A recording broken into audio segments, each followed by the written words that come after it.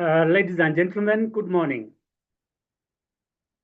Welcome to today's program entitled Strategic HR Governance and Board Engagement. This is a very insightful topic which will help us to engage constructively and meaningfully with our boards in our respective organizations. But before we go to the finer details of our topic today, I want to make a few highlights about this training and future trainings that we may have online and physical. First of all, this is the first module, and it is one of the 6 modules that we have organized in the next 5 weeks, starting today. For us to participate in the next modules, I will request that you go to our website, click on our HR calendar or training calendar, and then you will look at the online campus. That is where all the courses that we shall be offering in the next 6 or so weeks. And this will be on Saturdays only, starting 8:30 to 11:30, God willing. Our next full physical course on strategic HR governance and board engagement will be held on 9th March 2025 at Bliss Hotel in Mombasa. Kindly note those dates so that you don't miss out. Next, thirdly, we need to get our certificates perhaps after every training. And for us to access those certificates, please log into our website, that is schrp.org. And once you are logged in, you go to My Certificates and use your credentials to access those certificates. So, ladies and gentlemen, welcome. I am Andrew Onda, your presenter today. Speaking of strategic governance and board engagement,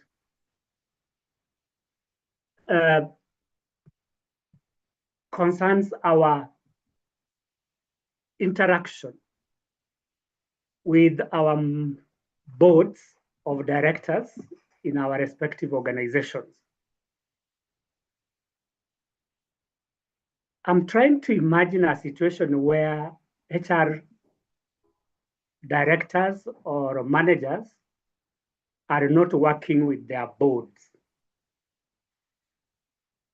or are working at cross purpose, meaning that there is no alignment between what HR is doing and what the board intends to do. This might lead to several things. One, non-alignment of HR strategies with the board strategic management plans. And that means that as organizations, we are not able to implement what the board requires us to implement. Secondly, there will be ethical and compliance issues that may arise because by and large, boards provide oversight to the management of the organization, including HR. Without this ethical and legal compliance, we are all aware that the consequences are dire, including reputational damage, as well as lawsuits. This is why there is need for HR managers to work closely with their boards so that, one, the implementation of board strategies is seamless, and two, the organization achieves its strategic objectives. This engagement arises from the need for HR managers to work as strategic partners with the board, with the executives, as well as with other line managers. With this in mind, we work with board of management as partners in terms of strategy formulation and strategy implementation for purposes of achieving organizational success.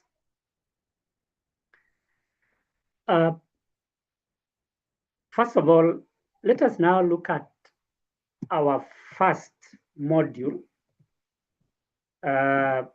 which covers these four themes. That is governance foundations, which is basically an introduction to HR strategic governance and board engagement. And in this introduction, we are going to look at what HR governance is, what is board engagement, and how do these two intersect. Secondly, we'll look at HR charter and ethics. In HR charter, we are going to look at the mandate of the HR function and what it is required to do in order to achieve strategic objectives. On ethics, we are going to look at the moral standards that guide the behavior and the conduct of all members of the organization. This is an area of culture because culture speaks to organizational values, which include integrity, honesty, transparency. These are ethical issues that we all grapple with on a daily basis. And from our end as HR managers, it's expected that our behaviors should be ethical in nature so that we set a good example as people and culture managers. Then thirdly, we will be looking at board advisory skills. This is on the understanding that HR managers are now or today strategic advisors, moved from the operational function that we used to be, and now we sit in the board to advise the board on strategic issues such as leadership, succession planning, and employee development. These skills are key because as we sit in these board meetings, we are able to ensure that talent, retention, acquisition, and development are addressed. Then lastly, we'll be talking about governance crisis, and we shall give a small excerpt as a demonstration that going by past experiences in other organizations like Enron, which experienced financial crisis, others like Wells Fargo, which experienced human resource issues, these are crises that we need to address. We don't want to go into history as managers who contributed to organizational crisis. So this crisis we are talking about relate to matters ethics, matters compliance, and matters risk management. That if these issues are not addressed, organizations are likely to go the slippery way of reputational loss, as well as compliance which may lead to many lawsuits, and eventually the organization may collapse. So, ladies and gentlemen, we are going to address these 4 key themes in the next 2 or 3 hours. Let us talk about governance foundations, which is our first topic. And I want to address myself to the concept of strategic HR governance. The concept of strategic governance refers to a framework. And this framework directs and controls people management in organizations, which is in line with the organizational strategy. By a framework, we mean a system.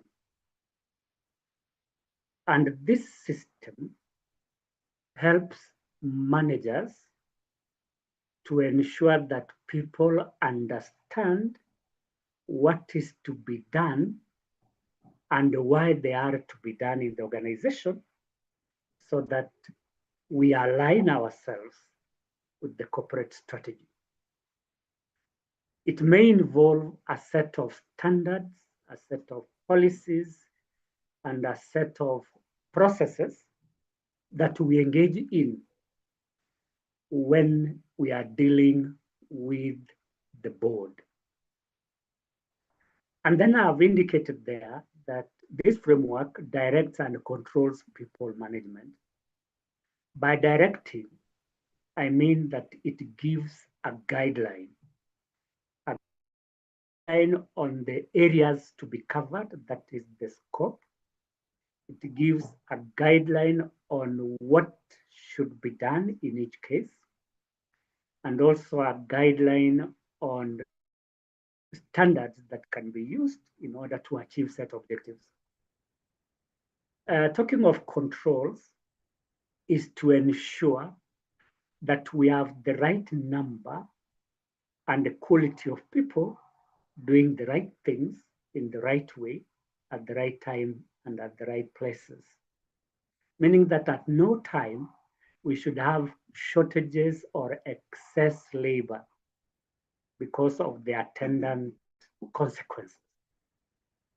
So in these controls, we shall be looking at the areas that involve HR strategy, such as recruitment, training, performance management, employee relations, as well as reward and compensation management. Secondly, the strategic HR governance has a strategic focus, and that is how the HR function can contribute to the long-term success of the organization. An organization can be said to be successful, one, when it achieves its vision. Two, when it achieves its mandate, which is the mission. And three, when its objectives are being achieved. That in strategic HR governance, we are going to look at how the HR function is aligned with the long-term attainment of organizational success. And for an organization to be said to be successful, one, it should be competitive in the market, both in public and private. Two, that it achieves its objectives as set board level, and that three, it satisfies its customer needs. So in strategic HR governance, our strategic focus is on how we can contribute to the success of our organization in the long term. Then thirdly, through strategic HR governance, we are going to achieve alignment. Alignment in terms of policies and practices that support the direction of the organization and its mandate. All areas of HR have policies. These are broad guidelines that help managers to make decisions. And then within these policies, there are practices. These are the norms, the routines that ensure that the policies are implemented in an effective and efficient manner. If these policies and practices are not aligned, then there is an organizational drift, meaning that the organization is not likely to achieve its strategic objectives as well as its mission and vision. So through strategic HR governance, and I will mention this in the next few minutes, that we need to align HR practices and policies in order to achieve organizational success. The other aspect related to HR governance is accountability. That the decisions we make, we must be accountable for them. The people that we manage or supervise must behave in the right manner. And therefore, we are called to respond to issues that relate to the management of people in an organization. So for us to ensure accountability, as I've indicated in that slide, there is need for clarity of roles, that people are given the right jobs for which they qualify. Two, that everybody is accountable for the results they produce, as well as their own behaviors. Because behaviors affect the reputation of the organization. And that is why organizations have crises related to use if people don't in the right manner. And then decision-making authority. As we shall see in terms of elements of corporate governance, we will be looking at the roles and responsibilities of the various positions and organs of the organization. And that when making decisions, we are accountable for the decisions that we make, and that we do not overstep our mandate as HR managers. And lastly, the concept of strategic HR governance addresses the issue of risks and ethics.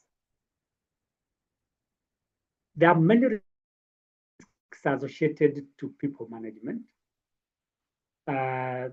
such as poor recruitment and selection, or lack of management development, which leads to lack of succession plans and therefore no continuity of the organization, as well as employee exits, which we call turnover. So these risks must be addressed through effective governance frameworks. And then on the issue of ethics, as I have indicated, that people must be guided by the moral compass of the organization. Most of the ethical issues that we address relate to the values that we espouse as organizations. Values like professionalism, transparency, accountability, as well as honesty. These ethical standards promote trust in an organization. That for us as HR managers, we must create trust in our employees. And as it were, trust begets employee commitment and higher employee performance. And lastly, we talk of compliance, that is adherence to various policies, rules, regulations, laws, as well as industry standards. compliance is not negotiable, because if we start negotiating, then we end up breaking the law, and we know that there are risks associated with compliance, such as lawsuits, financial loss, or even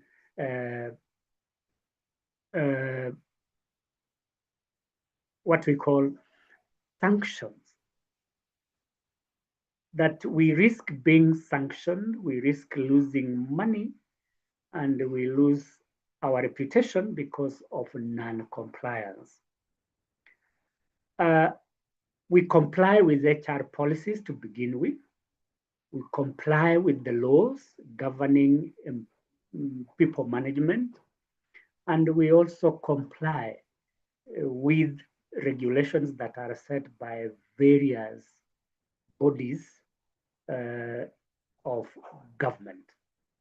So that is the concept of HR, strategic HR governance, as we move forward to the next slide and look at the elements of strategic HR governance. As I've indicated, we are strategic advisors to the boards or to other managers in our organizations. And our role in this respect is to ensure strategic alignment, that whatever policies, practices, systems, and strategies that we develop must support the attainment of organizational goals and long-term strategy. By supporting, we mean that when we implement these practices and strategies, they achieve the set organizational objectives.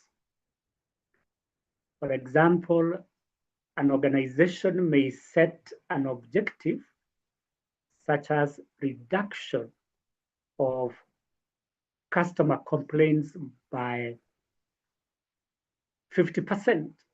That's a hypothetical figure.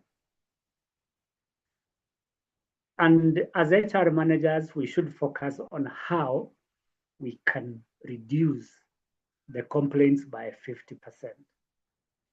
Complaints may relate to the way the practices, that is, the way we conduct recruitment, the way we conduct training, the way we conduct performance, the way we conduct our disciplinary processes, among others. So to reduce these complaints, we must address gaps that exist in these HR practices. And when these gaps are bridged, then the processes become seamless. We reduce the complaints, and therefore we achieve the objective of reduction of those complaints by 50%. Secondly is board oversight. That as HR managers, we are oversighted by our boards, that they monitor through the CEOs or MDs. And therefore, we should not lose sight of their involvement in what we do, particularly on HR policies and leadership. In HR policy, we are talking about guidelines related to recruitment, training, performance management, among others. And these policies should help the organization to achieve its strategic plans. That if these policies are not well designed, then there will be gaps which might lead to compliance issues or ethical implications, which may negatively on the organization, and that is where board involvement comes in. As I will mention towards the end, that as HR directors, we participate, albeit occasionally, in board management meetings. And in this, discuss and advise the boards on HR strategies, policies, and culture. On leadership, we ensure that we develop a crop of competent leaders who can succeed those who leave the organization. And therefore, we are charged with the responsibility of leadership development as one of our strategic engagements. In leadership development, we talk about succession planning by way of preparing lower level employees for senior positions through strategies like mentorship, coaching, and accelerated leadership development. This will ensure that we have a sustainable stream of executives who will take over leadership positions. I've already mentioned the aspect of accountability, that the board oversights the way we do things and how we behave. Some of the crises that have affected organizations before relate to the behavior of the managers. These are ethical behaviors. So we are accountable for our behaviors, and therefore for effective governance, the board must oversight the way the executives behave. As I will mention in our excerpt towards the end, one of in corporate governance is lack of or ineffective board oversight.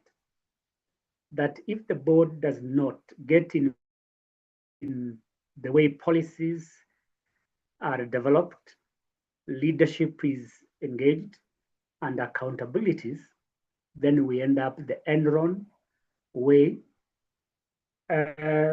or the way other organizations have gone, not just in private or humanitarian organizations, but even in public sector.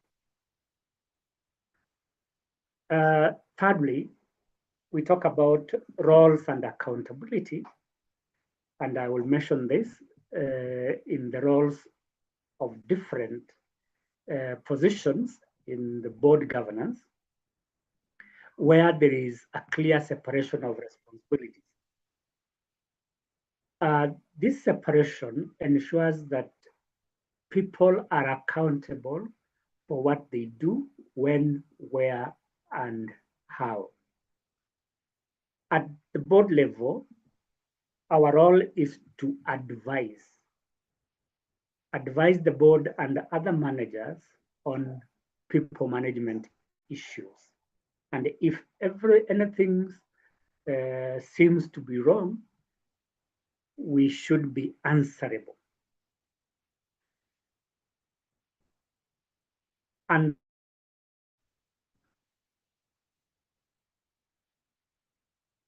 the element of ethics and culture, which I've already mentioned, that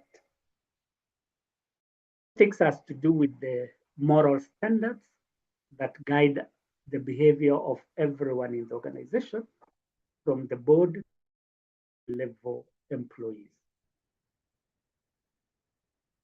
These ethical standards ensure that we do things in the right way, at the right time, and at the right places, without which we lose the moral compass, as it were, and end up not achieving our mandate as HR managers or in the HR function. And then the element of leadership tone with the behaviors of the top management and the direction that they want us to take. It has been argued that the leadership of the organization determines the direction and even culture of that organization. Speaking of culture in terms of leadership tone, we must lead by example. And the example here means that we behave in the right way and that we comply with our policies and with our rules and regulations to begin with, as well as compliance with government regulations. Organizations fail because the leadership does not provide effective direction to ensure that people follow what is right. And then lastly is talent and performance, where we are looking at how HR managers ensure that they acquire, develop, and retain top talent. In our strategic HR governance, we ensure that we develop policies and strategies, as well as systems that will help us to identify, acquire, develop, and retain talent.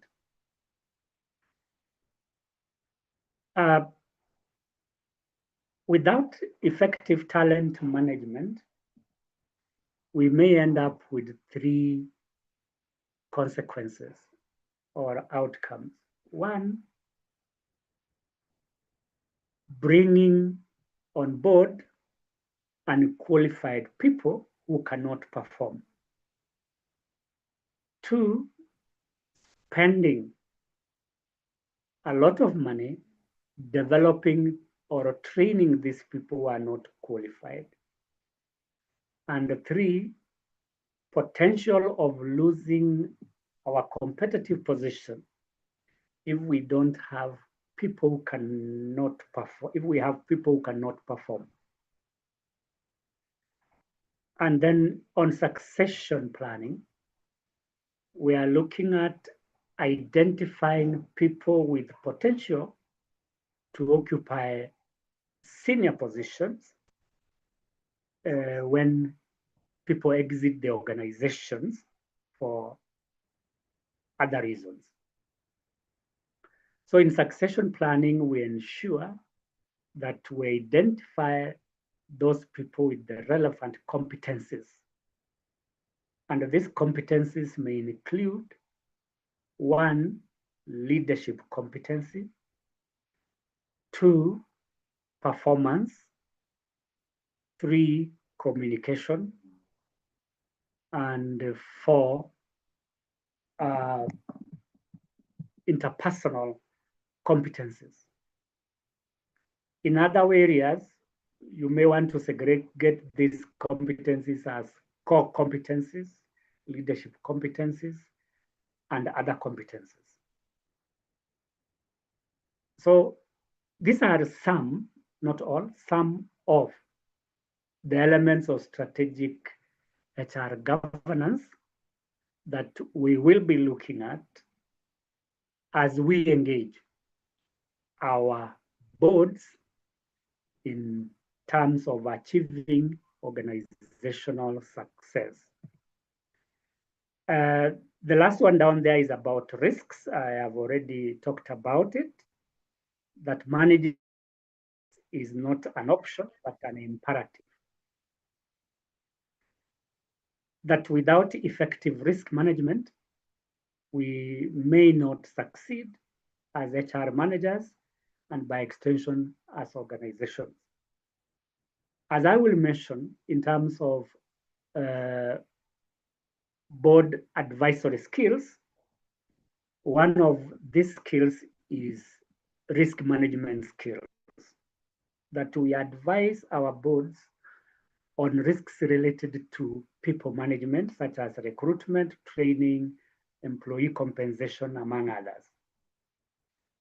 And with effective monitoring of these risks, we are able to identify those risks early or in time, and then take mitigation measures.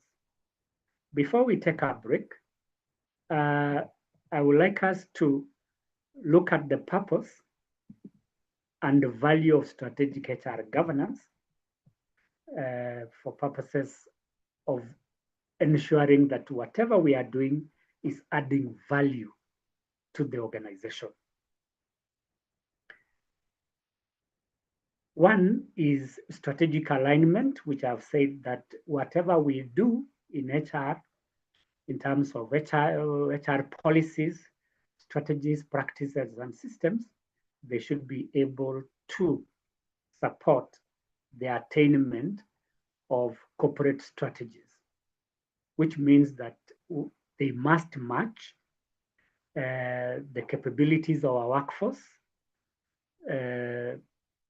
in terms of current and future organizational needs. The current needs of an organization relate to the numbers and the quality of people who are currently working in the organization to deliver services to our customers and our clients. That if we have the wrong numbers, then the needs of our customers may not be satisfied, or the employees may be overworked if we have a shortage. In terms of future organizational needs, we are talking about three things.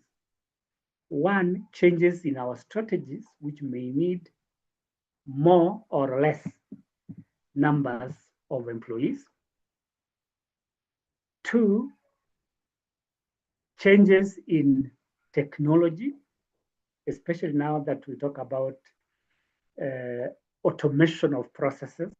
It will affect the future needs of the organization in terms of numbers. And number three, our competitive position. How do we ensure that we compete successfully in our organizations? By ensuring that we have rare and inimitable talent. And this must be retained at all costs if we want to be successful in competing with others. Why we lose employees to other organizations is because we do not have effective strategies to retain them. So in future, organizations may need more or less employees depending on their requirements. Secondly, through strategic HR governance, we are able to achieve consistency. Consistency brings about predictability. And this predictability arises from standard policies, procedures, rules, and regulations, which must be applied fairly and transparently. Inconsistency in our policies and practices may lead to unpredictability or even erratic decision making. So when we are clear on our role as strategic advisors, we ensure consistency in the way we treat people and in the way we present our reports to promote transparency and fairness. The other purpose of HR strategic governance is the leadership continuity. Just like I have indicated a little while ago, HR managers are responsible for ensuring that the organization acquires develops, and retains employees with potential. And this can be done through succession planning. In succession planning, we are preparing either lower or mid-level employees for senior positions. And some of the strategic plans that we engage in include 1, career development, 2, training and development, and 3, leadership development. In terms of strengthening these succession plans, we must conduct an audit of our policies, our systems, and processes relating to our succession plans, so that we can identify any weaknesses and convert them into strengths, so that we ensure leadership continuity. For leadership development, we are talking about how we can enhance the skills and knowledge of our current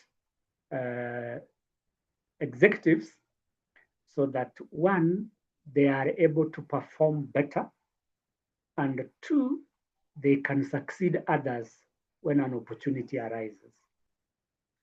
Without succession planning and leadership development, there is a risk that the organizations may not survive, and therefore there will be no leadership continuity. It is risky to rely on external sources, because it can be argued, why not bring people from outside? Yes, it is possible you can bring people from outside, but there is a possibility of resistance if employees cannot have an opportunity to be promoted. Or 2, there can be a clash of culture when we bring people from outside. And 3, the people that we bring may not necessarily be great performers. Some people may perform very well during interviews, but when it comes to actual performance, their outcomes may not be desirable. And this has been experienced in many organizations. I'm sure most of us have witnessed this. And then it also helps in enhancing performance in terms of productivity, employee engagement, and workforce effectiveness. That in strategic HR governance, we ensure that 1, the strategies are aligned, 2, the policies are adequate and effective, and 3, the systems are working. That with these strategies, systems, and policies, we enhance productivity. That these are the results produced over time. We want to produce good results that help organizations to succeed. On engagement, we are looking at 2 things. 1, involvement of employees and other stakeholders in decision making. Like I indicated earlier, HR managers are strategic partners. And in this partnership, we want to bring on board all the key stakeholders, including employees and the board of management. So this involvement helps us to get new ideas, get support from these stakeholders, and create ownership of the decisions that we make. The other level of engagement is commitment and motivation. That through strategic HR governance, employees can be motivated and can be committed to the organization. How? By promoting fairness, transparency, and accountability, which are governance issues. Fairness, transparency, and accountability in all the functions, such as recruitment, training, performance management, compensation, employee relations, reward. That employees can only be committed or engaged if they are treated fairly, there's transparency in promotion, transparency in reward, transparency in training, all this. And then workforce effectiveness, we want to develop a high performing workforce. And a highly performing workforce is one that produces results. So we cannot produce results if our policies, systems, processes, and culture are not fair, are not transparent, and that we are not accountable. And then lastly, the value of strategic HR governance is to promote sustainability. That in any sustainable system, we develop resilience and stability. Resilience meaning that we are able to overcome challenges. And that stability, we are able to stand firm and face all the challenges. How does this occur? That in strategic HR governance, we are looking at developing effective systems, processes, and policies that can withstand crisis. And that promotes institutional resilience and by extension, stability. Stability comes around when we do not have effective succession plans, meaning that we have to wait for longer periods of time to find suitable replacements, and that we do not have adequate or effective systems to bring on board quality employees. So in that way, we cause instability because when employees leave and we don't have suitable replacements, then the organization becomes unstable because there is no continuity. I want to stop there briefly and invite any questions that we may have related to the introduction that we have had related to governance foundations, starting with the concept of strategic HR governance, where we have said that it's a framework that directs and controls people management. 2 elements of strategic HR governance, where we have said there are strategic alignment, board oversight, accountability, and ended with risk compliance and reporting. And then lastly, which I have discussed, is the purpose and value of strategic HR governance. So ladies and gentlemen, the floor is ours. Go ahead with your comment or your question or a compliment.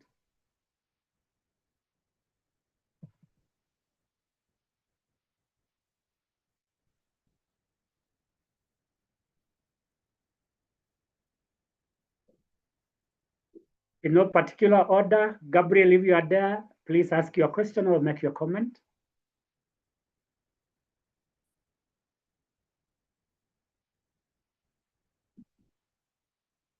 Moses, Odor, I can see you, you are around. Kindly make a comment or ask a question. I have a question, sir. Yes, go ahead. Okay, on the issue of board oversight. Kindly add volume to your computer or phone so that I can hear you clearly. You hear me now? Okay, go ahead. Okay, my question is, sir. Yeah. On the issue of board oversight, what happens now when the board members, some of them are biased, or they are manipulated by maybe the chairman of that board? So in terms of any decision making, this board are not same. In such scenarios, how can you deal with them? Thank you very much. It is expected that as a principle of board governance, there is an element of transparency accountability, and fairness. These are key tenets that guide the decisions of the board. But unfortunately, many boards and board members make biased decisions like you have mentioned, and perhaps under the influence of the chair of the board. There are several consequences of having biased decisions. One, they discourage initiative, that people cannot contribute meaningfully to discussions during those meetings. Two, that the decisions are likely to impact on the reputation of the organization. And three, that some of the biases may even lead to lawsuits because of non-compliance.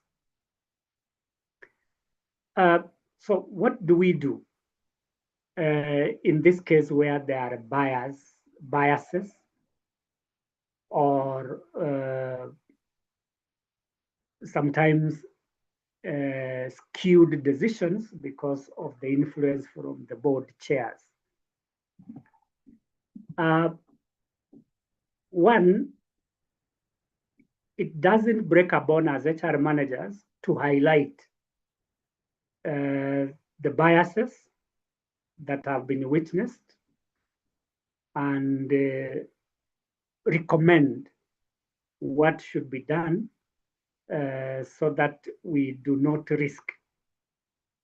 Because as I indicated earlier, and I will mention it later, that as HR managers, you are an advisor. You should advise the board. That includes the chair and the members on matters related to human resource management. If there are biases, highlight the consequences of adopting such biased decisions. And that is why, as HR directors, we sit in those board meetings, though we may not take a vote when it comes to making major decisions, but we should advise the board on the consequences of their decisions, which are biased.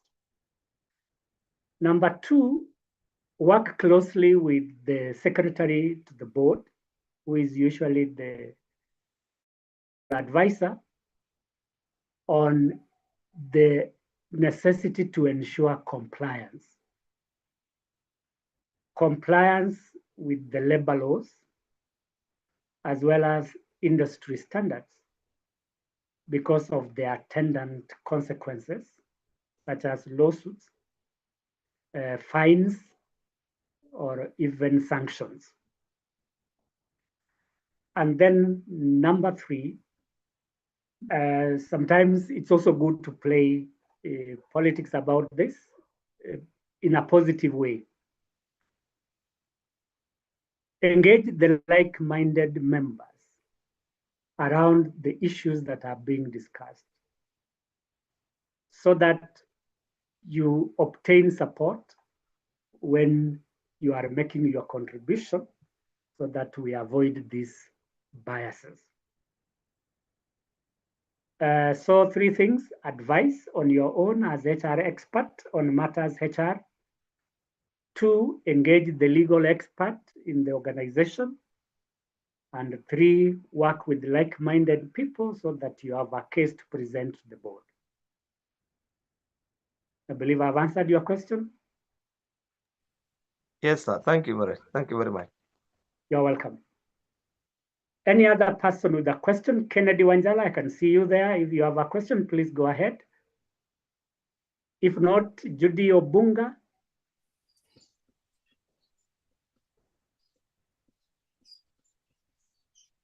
Apparently, we don't have Judy, Susan? Said that we can ask in any particular order. Yeah, in no particular order. Please go ahead if you have a question or a comment to make. I wanted to know, it is closely related to what my colleague has asked earlier. Mhm. Does Mwongozo still regulate the board relationship, like the agent and the principal theory? And for example, if they do not they do not go to what is required, what are the consequences? Which I think you have answered. But more specifically, do you get opportunity for this good training that you give us also to give to the board on their roles in the organizations they had? Thank you. Thank you, sir. To answer your question on Mwongozo, yes, it is an imperative that we ensure that the principles and guidelines enshrined in the Mwongozo are practiced in our boards. That is a critical guideline that ensures that there is transparency, accountability, and all the ethical issues related to board management. Of course, there are consequences when people violate these guidelines, including legal suits, fines, and sanctions.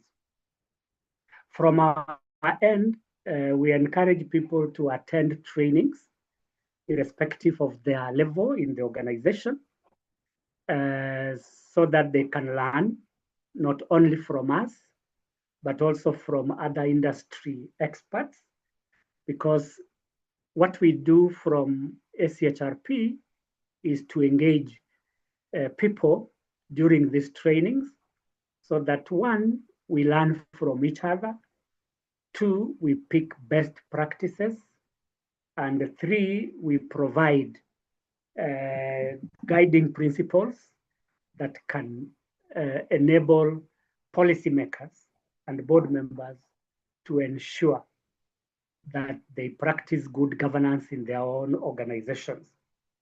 We don't engage directly with specific organizations unless we are requested to. Any other question?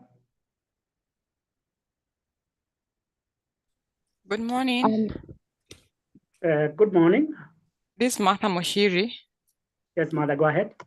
And my question, I'll beg it on if we may think more of a board that is constituted more of a family, it's a family business. And so you find the board members, you have the father who is the founder, then you have the sons and the daughters, or let's say even grandchildren who are involved in the board.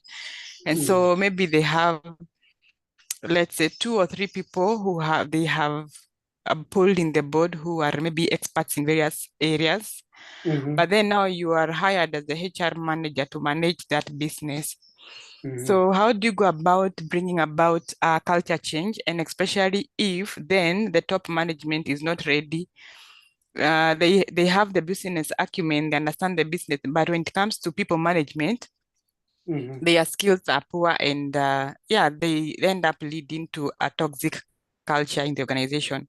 So if you're given such an opportunity as the HR in that company, how do you turn around the culture that you first of all instill that people management the proper way without being biased from that family setup business? Thank you. Okay. Thank you very much.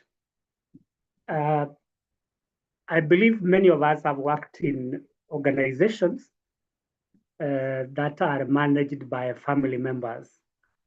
I am one of them, and I've witnessed the kind of decisions that they make, because what comes first is the family interest, and anything else becomes secondary. You have mentioned that in some of these family businesses, are operated by family members, like a father, mother, or children. And then they bring on people, a few experts in various areas like finance, HR, or operations.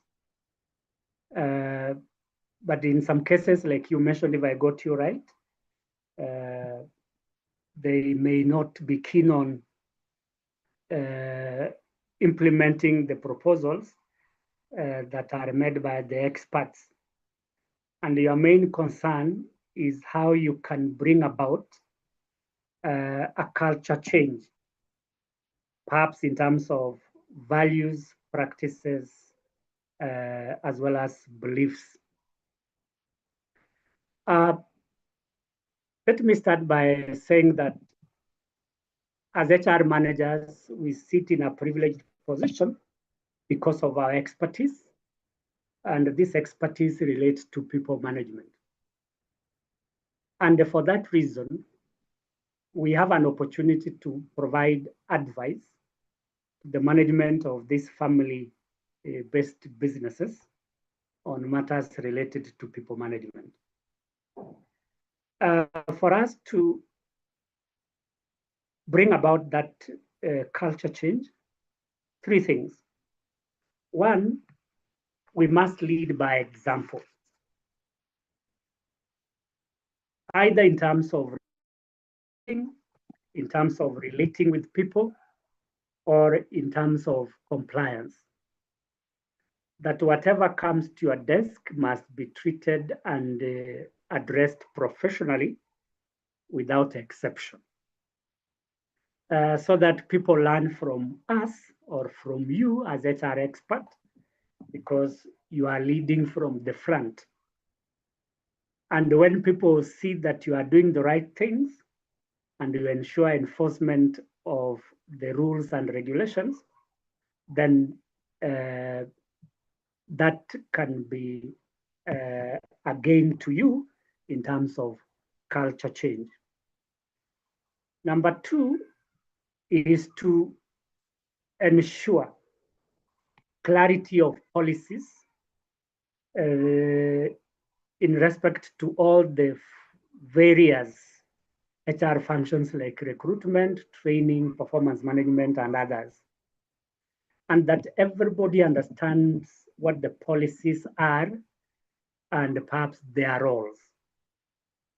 Because policy guidelines help people to understand what is required of them in terms of behaviors and performance standards. So with clear policies, we are able to implement all the strategies as well as objectives of the organization if they are applied fairly and transparently. Remember, you are doing this as an HR expert. You must promote transparency, fairness, and accountability when it comes to the application or implementation of policies. Number three, that you should have clear SOPs, standard operating procedures, that when you are engaged in an HR exercise, such as recruitment, there are standard procedures that you have to follow. In training, standard procedures, and there should be no exception. So with these SOPs, you are able to show direction to all the employees on what should be done, when, how, where, and by whom. And then lastly, when you meet with the board of these organizations, ensure that you highlight the risks of the decisions that they make if they are not in tandem with the policies as well as with the labor laws. And that means that, as I mentioned, that your role is advisory. Advise this management on the consequences of non-compliance, even if it's a family issue, ensure that everything is compliant.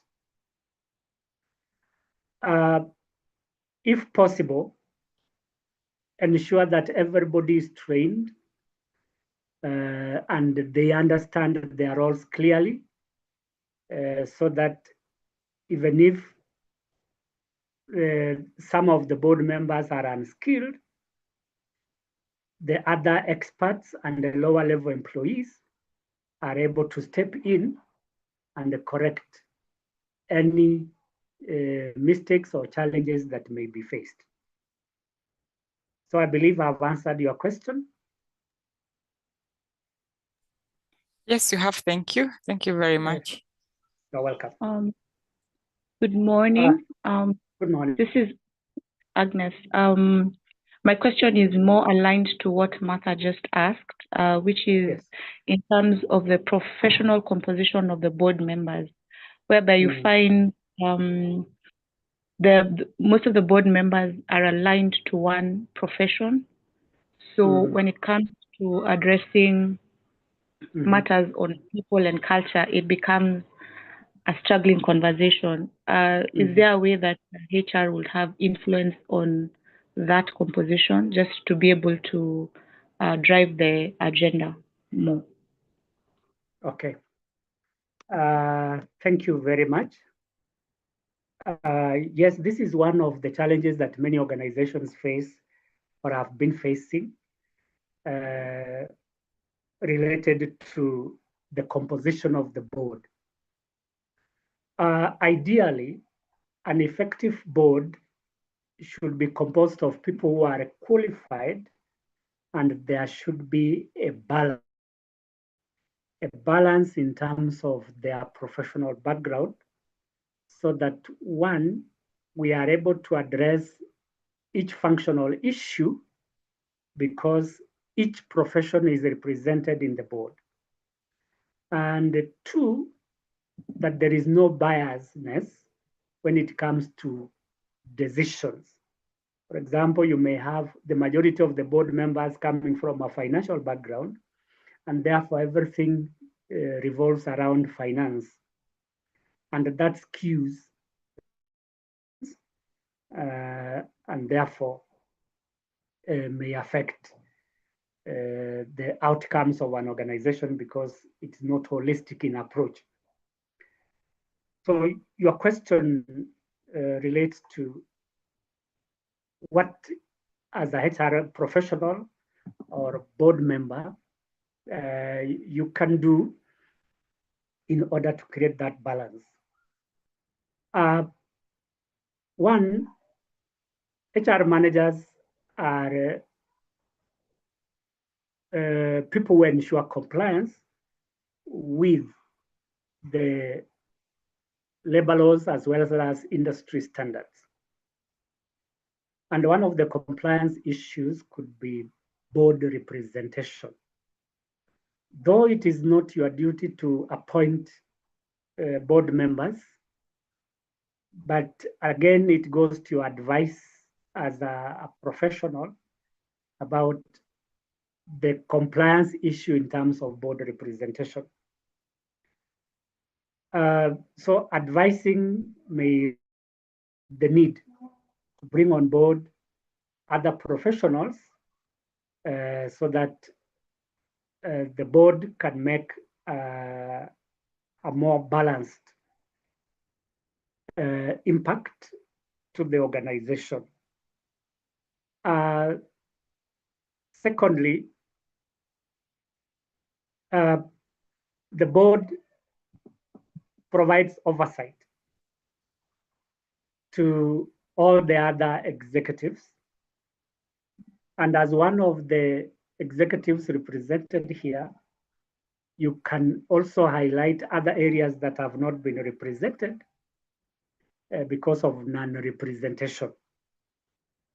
And probably work on a working paper that can be presented to the board so that we have a fair representation of all the professions in the organization. And thirdly, it doesn't break a bone to draw the attention of the board of the unbalanced representation during your board meetings. I don't know what obtains in your organization, but I believe if you have a candid discussion around this representation, I'm sure it will go a long way in ensuring that there is balance in the board and that you have a holistic approach to the issues that are addressed in that board. Thank you.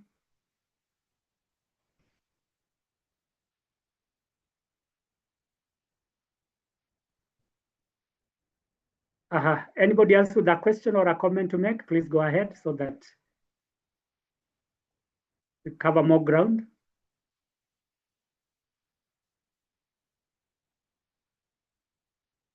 Okay. Apparently, there is no further question or comment. And with your permission, I now move to the next slide. And that is concept of board engagement. You remember our subtopic is governance foundations, which covers element of strategic HR and board governance. So we have addressed strategic HR governance. Our next part is to look at board engagement. This refers to that structured involvement of the board so that they can provide strategic oversight and promote effective decision making. The key word there is involvement of the board. We need to involve the board or put the board in the picture at all times. Just a second.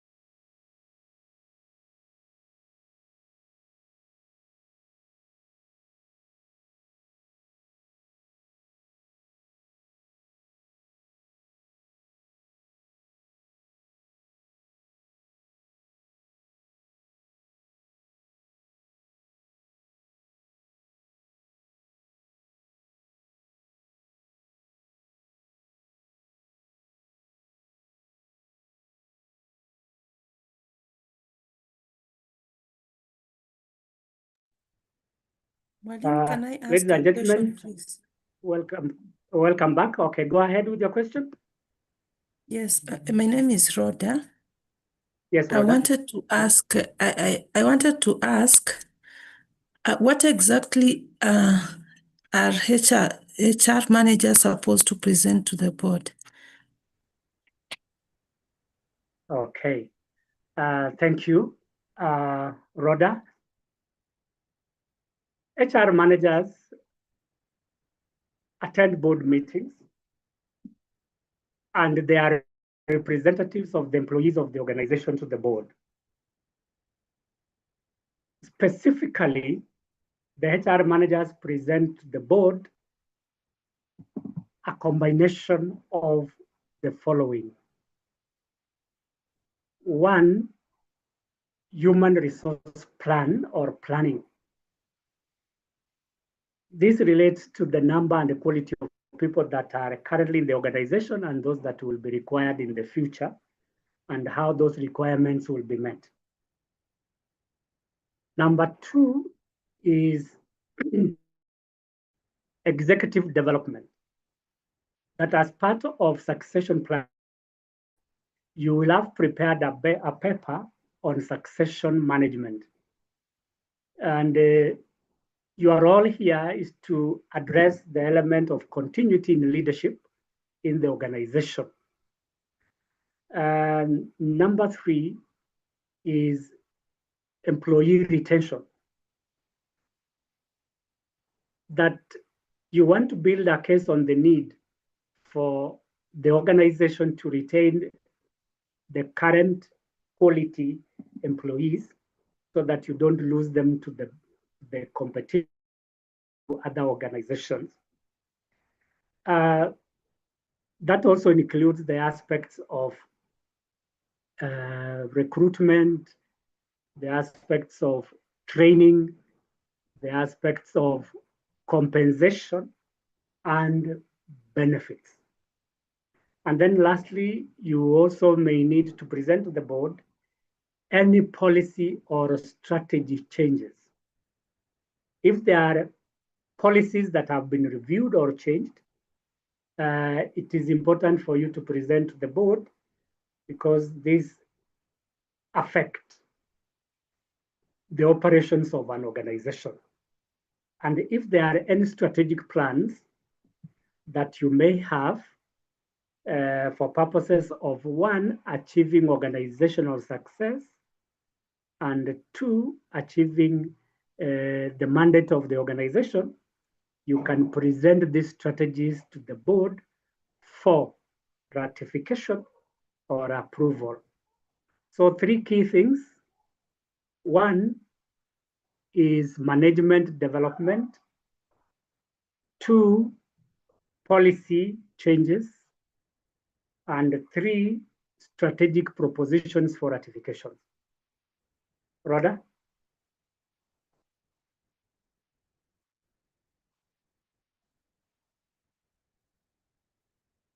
Apparently, I've lost Rhoda. Thank you. Thank you. Welcome, Rhoda. If there's no further question, I think we can continue. Mwalimu, I have one. Yes, please. Now I was asking, in such a case, but how can you be able now to provide, let's say, clear decisions? How can you be able to provide clear decision insights with regards to employee welfare without having to pull the board of the directors into management execution? Thank you. Your question touches on employee welfare. That this is a very important function in human resource management, in as much as it affects their performance, their motivation, as well as their retention. I believe that before you go to the board, you will have discussed with your CEOs and top executives on matters to do with employee welfare. That include aspects to do with mental well-being, bereavement, health issues, as well as physical and emotional support. If these have been discussed with the executives and the CEO, and there are aspects of employee welfare that need the support of the board, then through the CEO or MD, you can present this. Because I am aware that some of the employee welfare issues have resource implications. And who are the people who can provide these resources or who can give us the blessings to spend? This is the board. And it is upon us now as HR directors or managers to present a case to the board through the blessings of the CEO on the need to support employee welfare initiatives so that one, we are able to cultivate a productive workforce. Two, we are able to retain those productive employees. And three, we are able to develop a reputation for our organizations. So if there is need for you to present this case to the board, it should have passed through the normal channels. Either you discuss it with the top management and the CEO, and then from there you can present it as an employee issue, which requires the attention of the board. Back to you.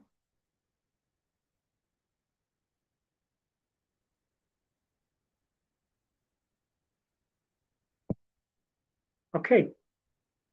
If there's no other question, I kind of request that we move on.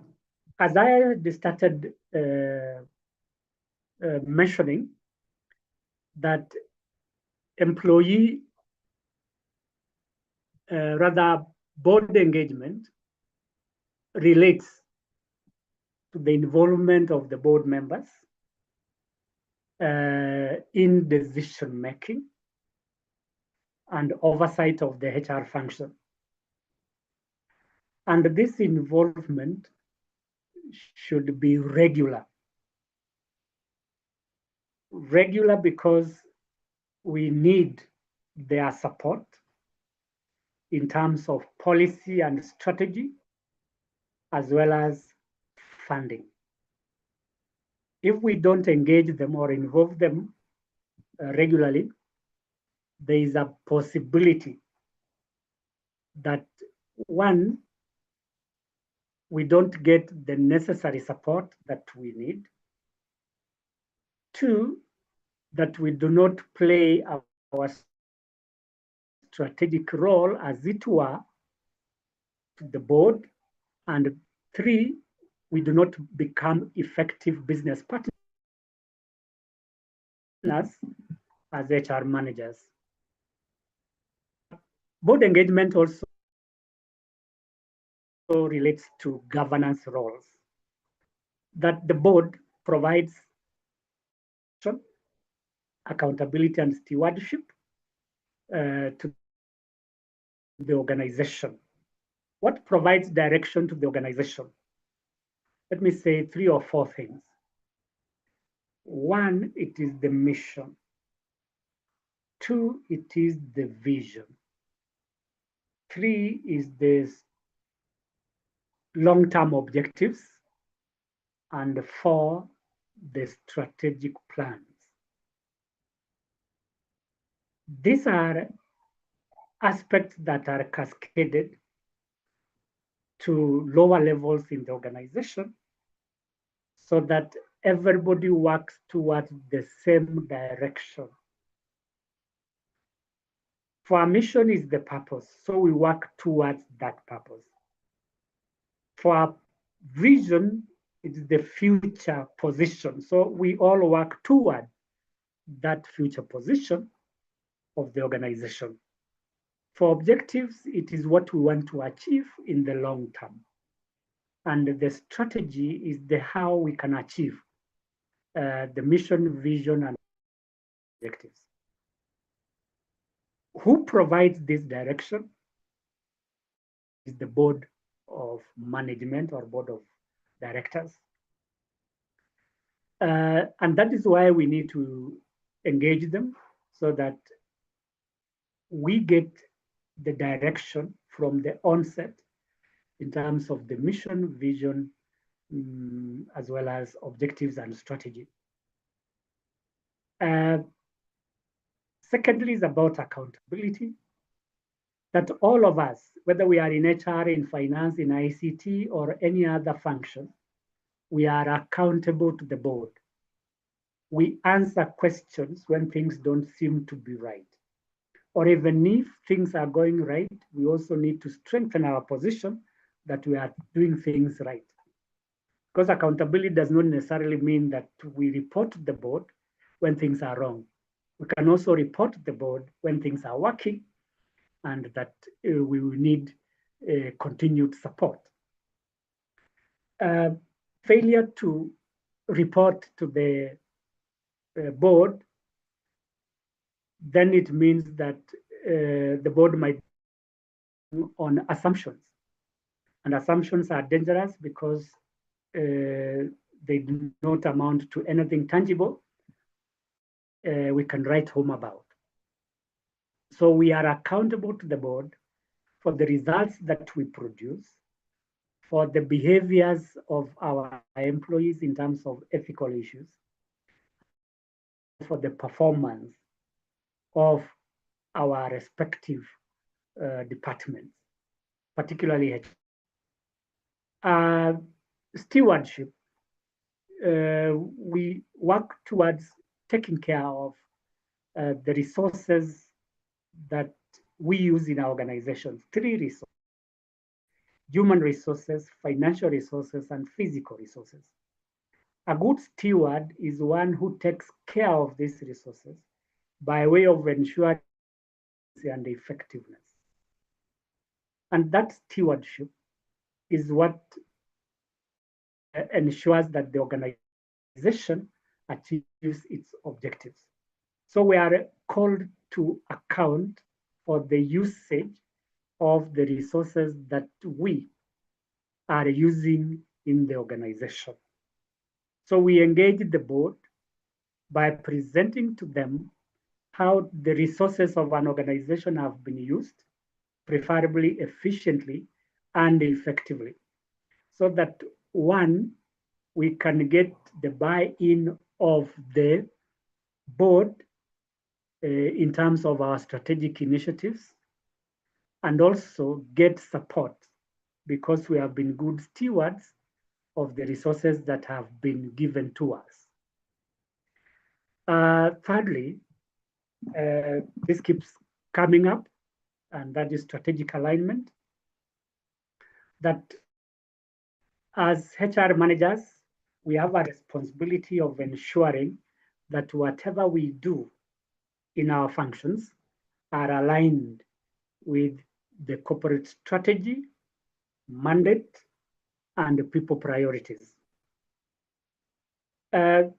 Strategies may relate to many aspects in the organization. They could be marketing strategies, they could be financial strategies, they could be human resource strategies, or technological strategies.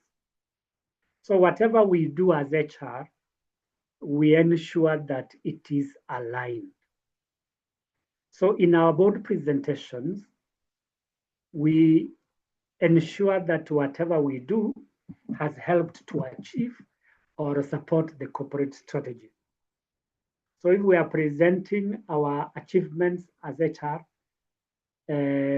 we are focusing on how these achievements have reinforced or helped to achieve the strategic objectives of the organization. The mandate is the mission of the organization. An organization exists to achieve certain objectives or purpose. Depending on the type of organization, if it's a hospital, the mandate could be providing quality healthcare services. If it is an academic organization, the mandate could be providing quality educational services, and many other organizations.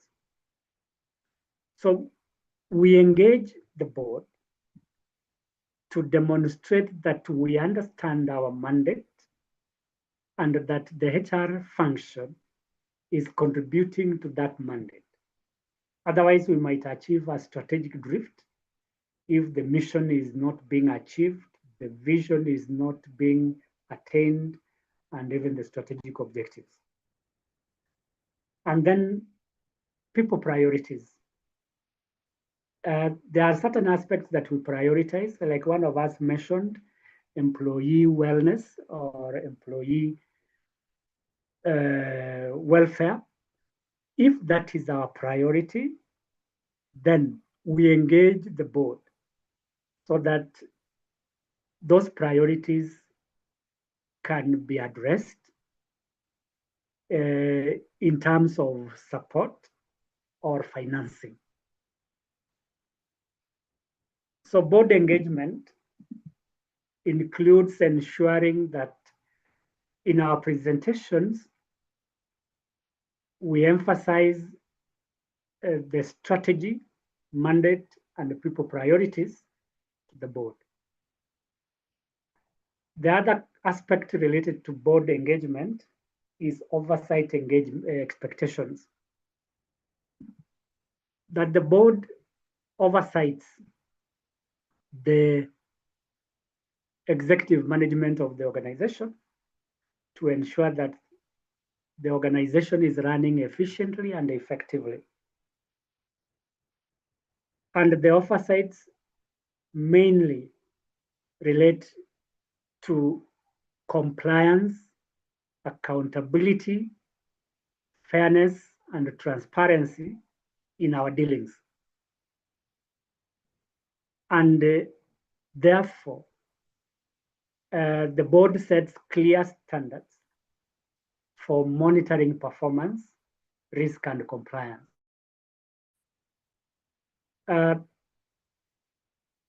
The board expects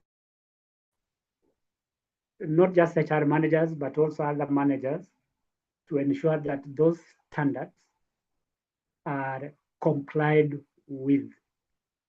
Like I mentioned, and I will mention again about the consequences of poor board engagement, one of which is reputational, another one could be financial loss, and another one could be legal or lawsuits.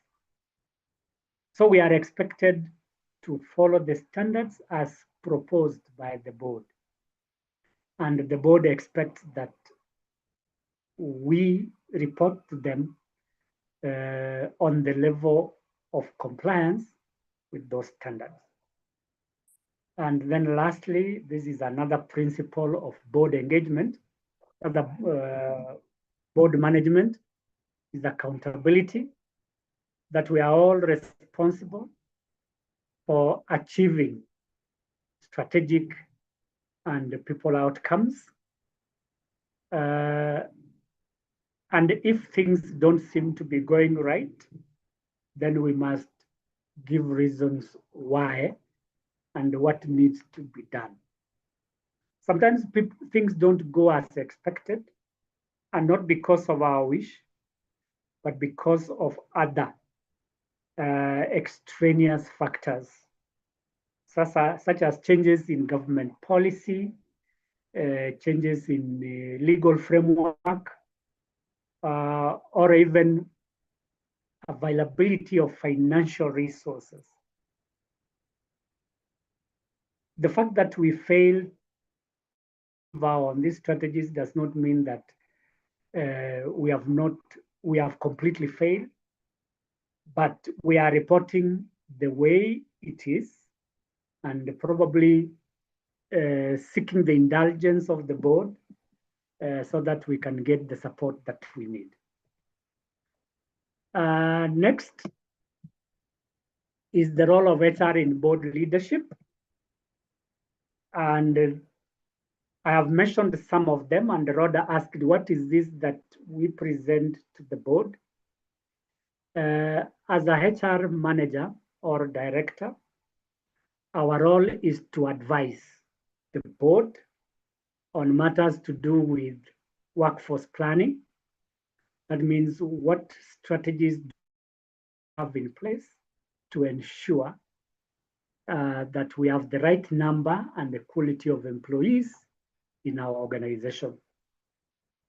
And that means that in our workforce planning, we do an analysis of staff establishment, do an environmental scanning, factors that will affect the numbers in future, and then develop strategies to ensure that we have the right numbers.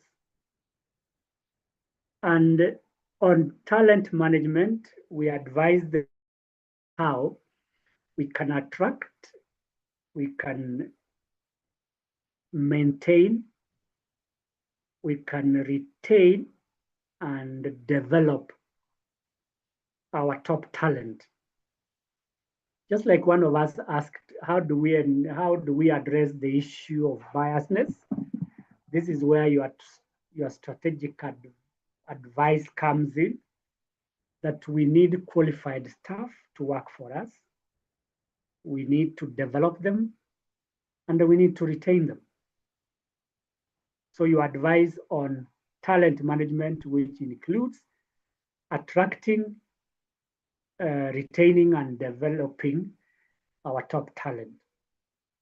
And then another advisory area is succession planning, where we prepare people for senior positions, either by way of training, by way of delegation, by way of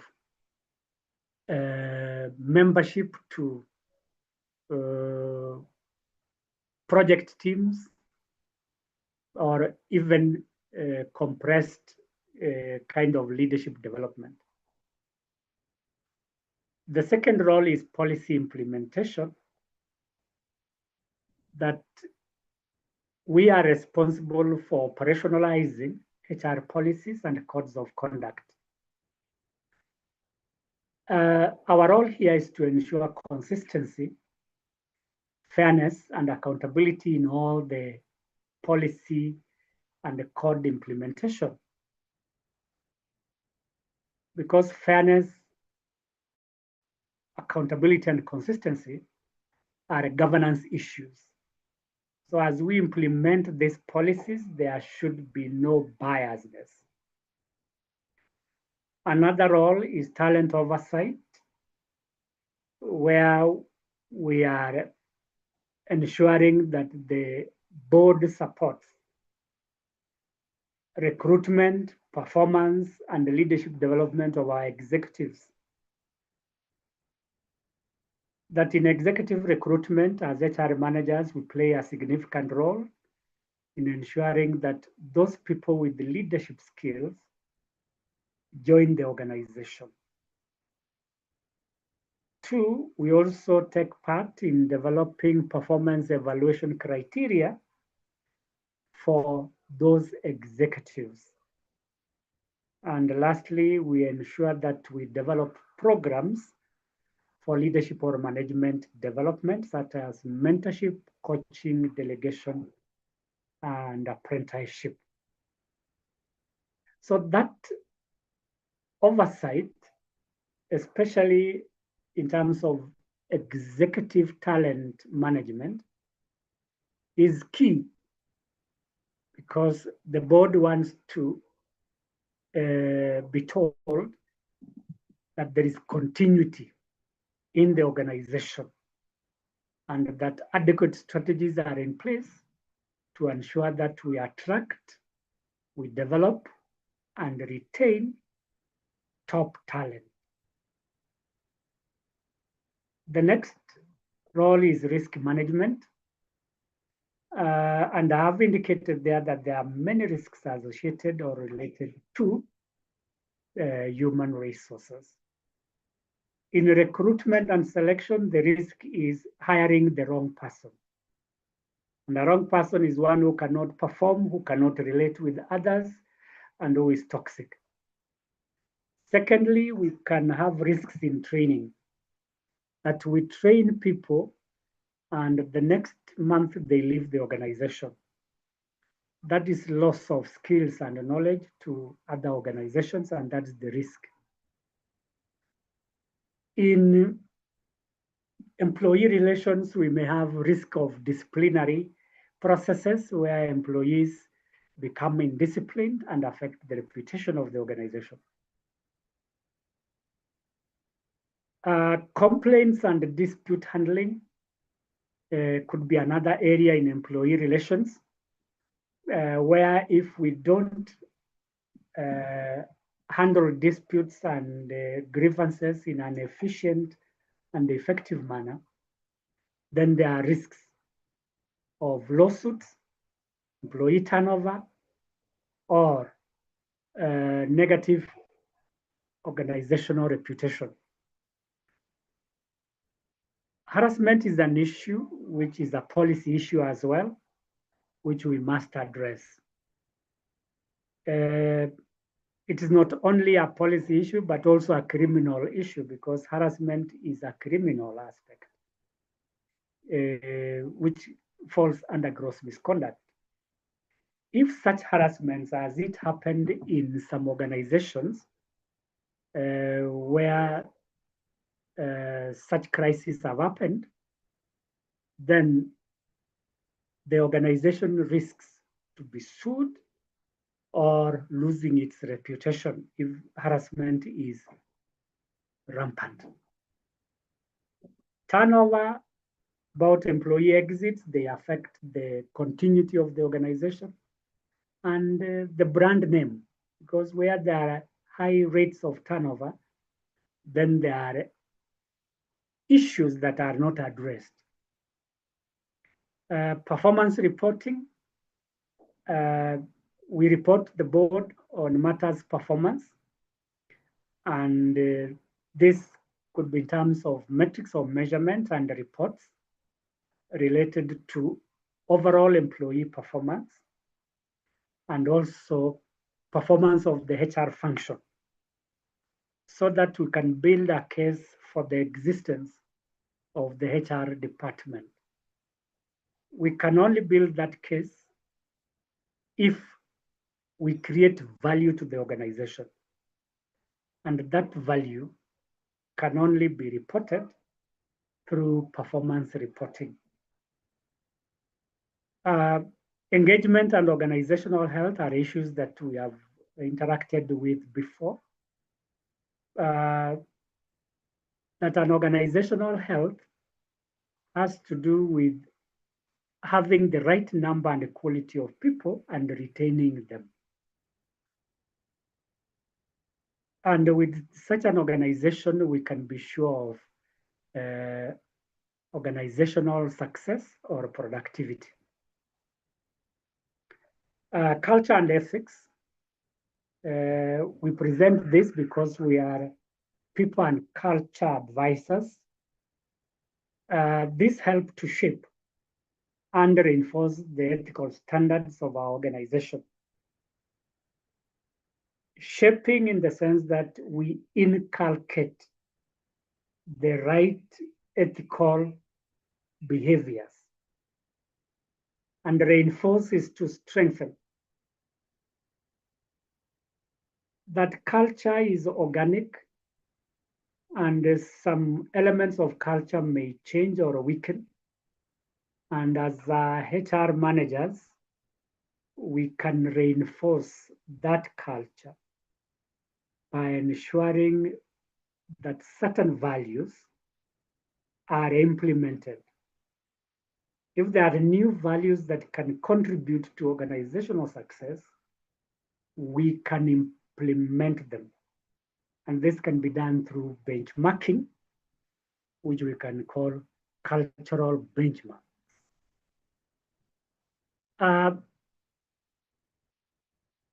What is the purpose and the value of board engagement?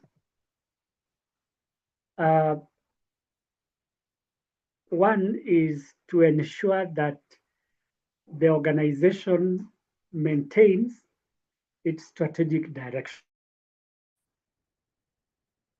meaning that as we interact with the board, we ensure that our decisions align with the long-term objectives and the mandate of the organization. Like I indicated, the board sets the direction in terms of mission, vision, objectives, and strategy. And that is what gives the strategic direction. If we don't engage with the board, then there is a risk of losing that strategic direction and therefore drifting in the wrong direction. I've talked about accountability, that when we involve the board, we strengthen oversight, management responsible or accountable for their conduct. Like I said, oversight has to do with monitoring what the management is doing and ensuring that they report to the board. In some cases, board members may also visit the organizations to appraise themselves on what is happening, where and how, instead of waiting for those reports. So oversight does not necessarily mean waiting in the boardrooms, but also having regular walk-ins to ensure that things are working. To the employees, we can hold town hall meetings with our employees so that we can get feedback. Risk management, the board helps us to ensure that we identify and mitigate risks related to people and financial areas. If risks are identified and mitigated early, then resilience and survival rates are higher, unlike when risks are not managed effectively. Ethical leadership, as I mentioned earlier, ethical leadership relates to the standards of integrity, transparency, and accountability, as well as value-driven governance. Integrity is about behaving in a manner that brings honor and respect to our officers. Transparency is about open reporting and not covering anything. Excuse me. Value-driven is about ensuring that the culture of the organization is promoted at all times. And this culture revolves around values, norms, and beliefs. And lastly, sustainability, that stability and the continuity of organizations in the long term largely depend on board engagement.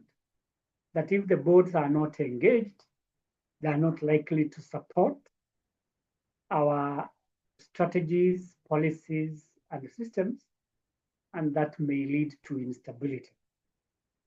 I'm sure many of us have witnessed wrangles in the or where boards are not working closely with their management. That friction may lead to several consequences.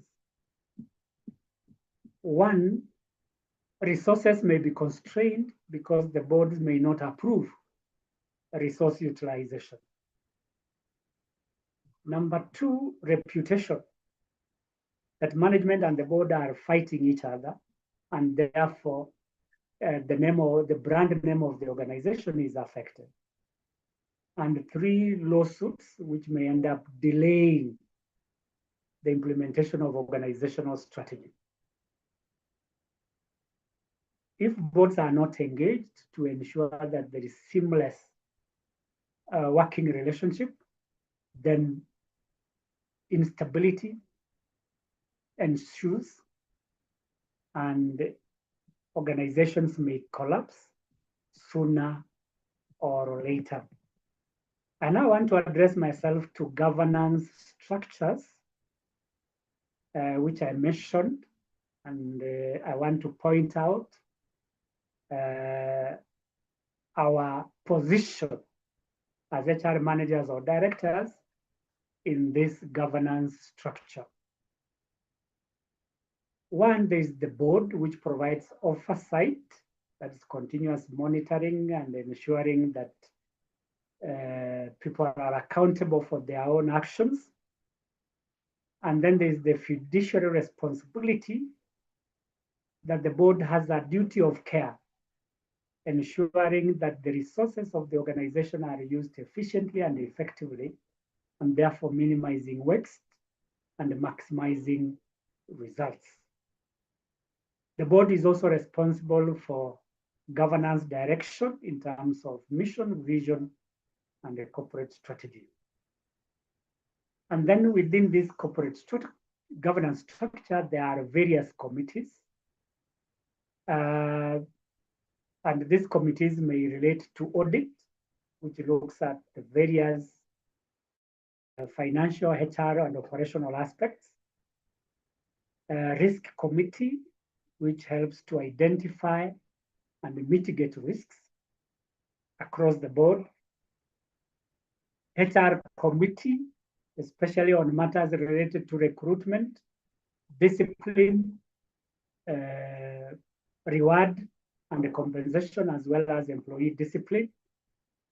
Then there is the finance committee, which focuses on financial resource utilization, as well as investment. So these committees are important because they ensure that the organization is kept on track. Then there is the management. These are the executives of the organization, such as HR managers, financial managers, ICT managers, as well as operational managers who report to the board. Their role is to ensure that the strategies they formulate are approved by the board.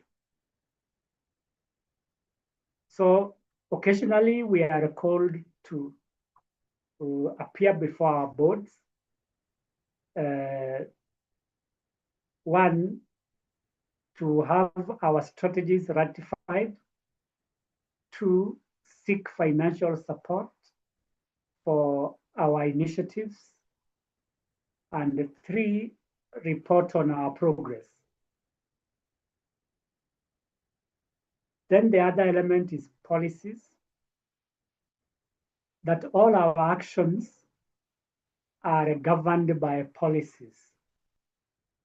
Whether you are a board, you are a committee, you are a manager, policies are important because they ensure, one, consistent decisions, two, fair application of the policies, and three, accountability. Then another element of governance structure is reporting lines. And as HR managers, we are responsible for ensuring that the organizational structure is clear in terms of authority relations, accountability, that is reporting relations, how issues are escalated or decelerated, or decisions are made. Everybody should be clear about their role, and that can only be possible if we have a clear management structure and everybody knows their role. And the last structure, there are controls which ensure that there are no excesses. And with this, we ensure that we reduce risks, errors, fraud, and inefficiencies. Risks and errors are key to the success of any organization because of the risks that we always face. As I mentioned at the beginning, companies like Enron and Wells Fargo are case studies where risks, errors, and fraud were witnessed, and that cost them their reputation in the market. So we need to put in place control measures, such as clear policies,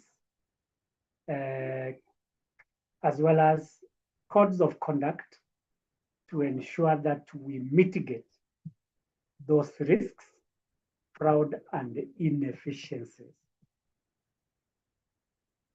Specifically, what are the roles and responsibilities of specific members of the board? Because these are the people we engage. Our discussion this morning relates to HR strategy, framework, and board engagement. We don't engage a board as an amorphous body, but as a body consisting of individuals to whom we are accountable.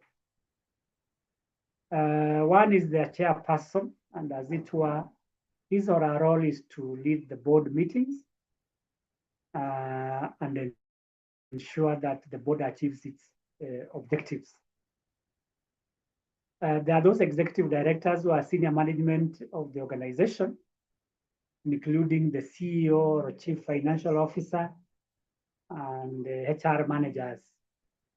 We are executive directors. When we are called upon, we appear before the board and make presentations. There are those non-executive directors, call them independent directors. These are members from outside, probably business people, and they are not engaged in the day-to-day running of the organization. Why do we need them on the board? It's because we want their experience in running organizations. 2, we need their ideas and insights on effective management. 3, we need their networks so that we can get funding where need arises. And then specialist directors, these are experts within our organizations. For example, finance experts, HR experts, legal experts, that in case we need an expert opinion at board level, we can call upon them. Much as we have executive directors, they need to be supported by this expertise. I'm sure you have witnessed, for example, the governors in this country being summoned by the Senate to make presentations about certain happenings in their counties. The governors don't appear alone. They are always accompanied by experts in various areas, so that if there is a question that the governor may not be so familiar with, the experts are there to provide answers or guidelines. So even as HR managers and executive directors, we may be represented in the board. In some cases, we may need to carry with us, for example, employee relations experts or training experts or performance management experts, so that when we make presentations, we not only appear to be working as a team, but also presenting a watertight case in cases where there are likely to be risks. Then there is the board secretary, who is usually the legal advisor of the organization. His or her role is to advise the organization on matters law and compliance. And as I said earlier, it is important for HR managers to work closely with these legal advisors because we are advisors. And then lastly, the committees which I've mentioned relating to audit committee, HR committee, which covers remuneration, compensation, as well as recruitment. And these are composed of experts from our organizations. Before we take a break, I want us to look at governance outcomes, that if there is effective engagement with the board, this is what is likely to come out. One, trust. That this engagement brings about trust among the stakeholders, leading to high levels of confidence, credibility, and reliability. Secondly, sustainability, that the organization is likely to achieve its objectives and develop resilience because we have in place systems and structures that ensure viability and stability.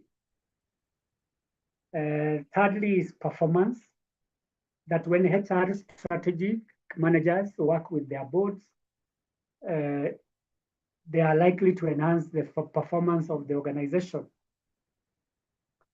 In terms of resource utilization and outcomes. Resource utilization relates to efficiency, where we optimize resources. Effectiveness is production of maximum results. That teamwork between HR governance as well as board engagement or board management leads to higher levels of performance. And then the other outcome is compliance, meaning that through this board engagement, we are able to reduce legal, regulatory, operational, and reputational risks. Legal and regulatory has to do with the laws and regulations as set by Parliament and the regulatory bodies. Operational are the day-to-day aspects of the organization which the HR manager is engaged in. So when we work with the board, we know what the board expects and therefore ensure operational compliance. And then the reputation is about the name. We ensure that there is fairness, transparency, and accountability in our dealings, be it in recruitment, training, or performance management. It also strengthens reputation because, like I mentioned in bullet one, credibility is important. When partners work together, they achieve better or more results than when working alone, because that brings out the reputation of an organization as an organization where people work as a team. And then lastly, resilience, that our levels of preparedness, rates of response and recovery, especially during crisis, are shorter. It should not take long to respond. For example, a large number of executives resign within a very short time. Our response time must be short. And that requires preparedness in terms of succession planning. Recovery in terms of crisis, we must put in place systems that are working, policies that are working, and procedures so that it doesn't take long for a crisis to be addressed, just like in an accident. For example, we remember the plane crash in Cameroon, where a number of Kenyans and other citizens died. The recovery period should be short. And such is the case in HR. When employees leave the organization for any reason, the recovery period should be shorter. And that can only come about closely with our boards so that we are able to bring on board new staff or new executives when such a crisis happens. Before we take a short break, what are the principles of good governance? One is the rule of law, that all of us are guided by the laws governing employment relationship. It's not an option that we take, but it's a must. Secondly is participation. In our discussion, we are talking about employee engagement, rather talk about board engagement, that the board must be engaged at all times when we are making policy and strategic decisions. We need their blessings. Fairness relates to equity, that we must treat all stakeholders fairly and equally. As I indicated, HR managers are business partners.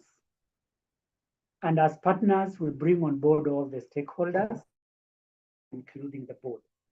And when we bring them on board, they contribute to the success of the organization and also buy into what we are saying so that they can support us. Effectiveness is about attainment of expected outcomes. Efficiency is about utilization of resources, which should be optimal. There should be no wastage. And the responsiveness is how promptly we respond to the needs of the stakeholders, such as the board. So, ladies and gentlemen, I want to invite for a second time any questions or comments that you may have before we go to the second part of our discussion this morning. We were discussing board engagement, where we said that board engagement is about involvement of the board members. What is our role as HR managers in this? And I dare say that our major role is strategic advice. So what is the purpose of board engagement? I could take the first one, strategic direction. And what are the governance structures? We have boards, we have committees, we have the management teams, we have policies, reporting lines, and controls. These are the responsibilities of specific office holders in the board. Governance outcomes, which I've just discussed, and lastly, principles of good governance. So anybody with a question or a comment, please go ahead. We shall give ourselves 5 minutes.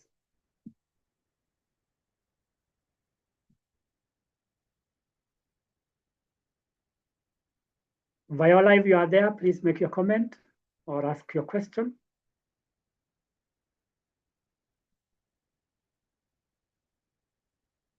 Mwalimu, allow me to comment. Yes, go ahead, Viola. This is Susan. Oh, Susan, eh? Okay. Yes, I want to appreciate your presentation. Mm-hmm.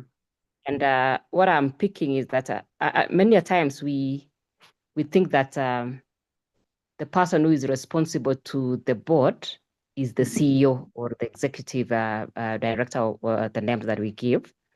But Yes. listening to you, I think the HR is also plays a key role in matters of governance and dealing with the board. That is what I'm picking.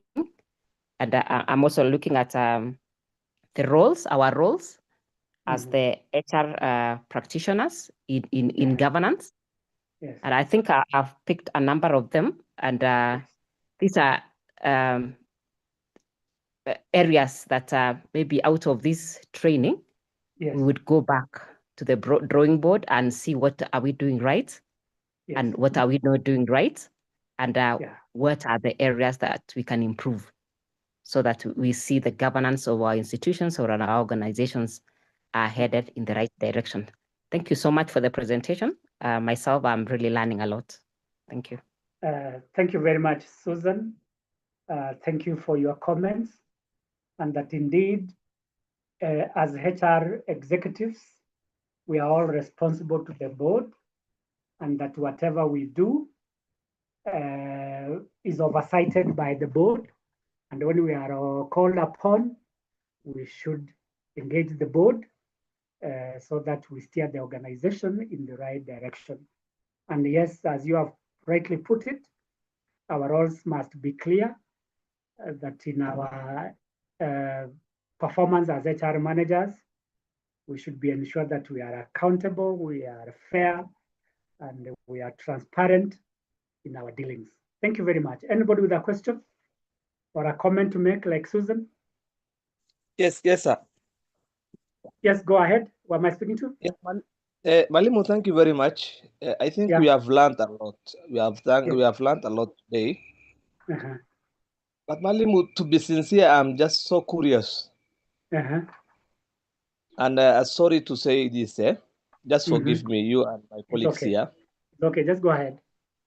Yes, you have elaborated very well the role of board members in various places. Yes. Coming from knowing our political background here in Kenya, yeah, that's why I'm saying sorry. Some of our politicians are so clueless. Yes. And again, after every election cycle, we normally see those guys who fail in the elections. They are appointed into various boards. And mind you, they become even the chairpersons there. Yes. Do they normally follow this good presentation that you have taught us today? But they are just there being politicians just to please their master. Okay. I guess you have made your comment. Do I go ahead? Yes, Okay. Yes, thank you very much for your comment and concern. And I can agree with you that many organizations, especially public sector organizations, are struggling with the kind of board members that they have because either they are political appointees or they are politicians, which means that in some cases they bring their politics to the organization. This puts boards in precarious positions, especially when these appointments are done by higher authorities, and we may not have a say in their appointments. Allow me to make two comments. One, that the board itself, that includes the chair of the board, the secretary, the members, and all others, have a responsibility of ensuring that they train their members on corporate governance. That includes the political appointees, so that when they perform their functions as board members, they do not bring on board their political overtones. That training is very important, and I'm sure all boards have their calendar, including training programs. Secondly, depending on the competence and the qualifications of the chair, but again, as you have mentioned, some of them may become chairs of these boards.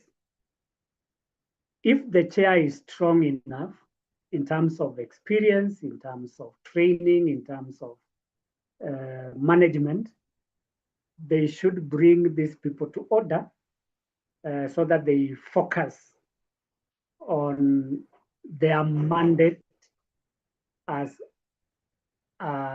oversight and ensuring organizational success. It becomes tricky when the chair is that political appointee, and I suspect you may be talking from experience, either from the central government or county government, and those boards really struggle to achieve their objectives. I also want to believe that at the end of a period, the performance of the board is evaluated.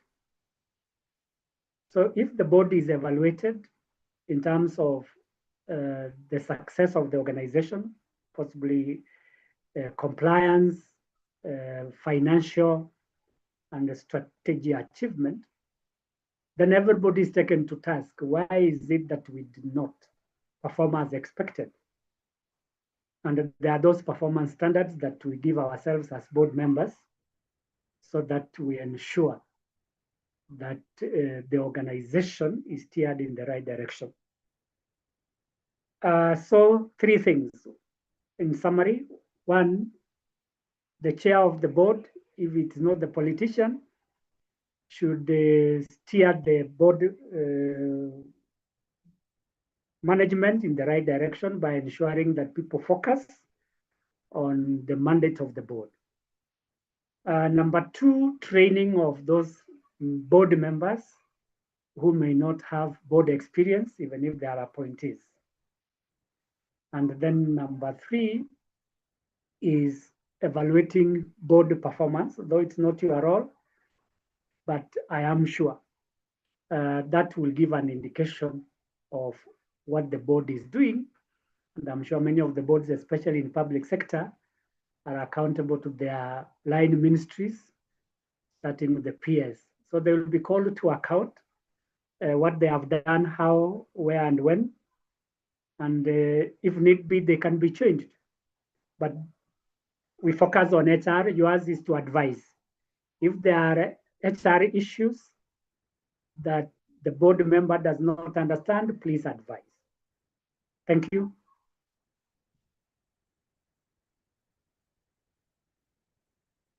Any other person with a question or a comment?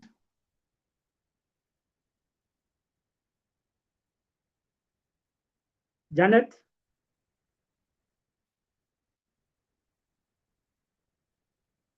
Lucas? Hello, good morning. Yes, Janet, go ahead. If it's Janet, yeah. No, this is Anne-Mary. Okay, go ahead. So mine is just a comment. Yes. I think you have done a good job, and the presentation is very clear, and I really appreciate to have done this presentation today. It's my first time, and I look forward to many more of this. Thank you. Thank you, Janet, and I'm encouraged by your compliment. It's and we shall continue learning. Almeria? Yes. Thank you very much. Okay. Let us move on. Yes, Janet, go ahead. Yeah, I have loved the presentation. The discussions are very, very key, especially in our role as HR practitioners. And I look forward to more insight on such things. You know, sometimes our role in the boardroom is not taken so strategic, but as the way you put it, especially on the pointers and the areas to focus, I think that will really help me, like in my work. Thank you so much. Thank you very much, Janet. I really appreciate. Anybody with a comment? Yes, Bwana Ondari, I am Gershon. Yes, Gershon, go ahead. Yeah, you taught me when I was starting out in HR. I think that was at KIF. Yes. And it is good to see you again going on strong. I like your approach. Actually, you have improved if I was to appraise you. Thank you. Now, I should be on the street celebrating. Yes, go ahead.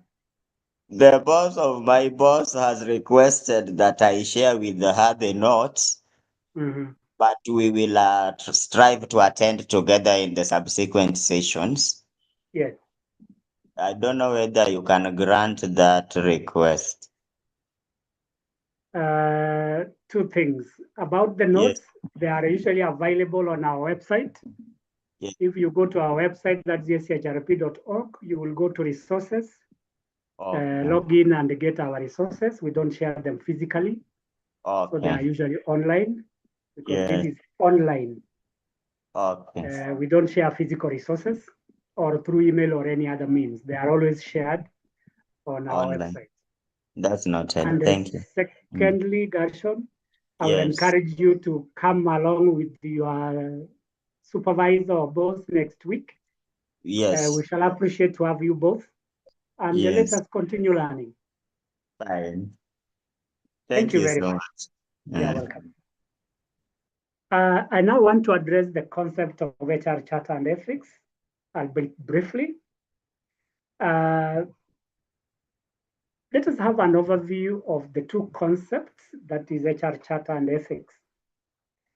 As I've indicated on that slide, this is a very important document, which is formal in nature, defining or explaining the mandate, the role, authority, and the responsibilities of the HR function.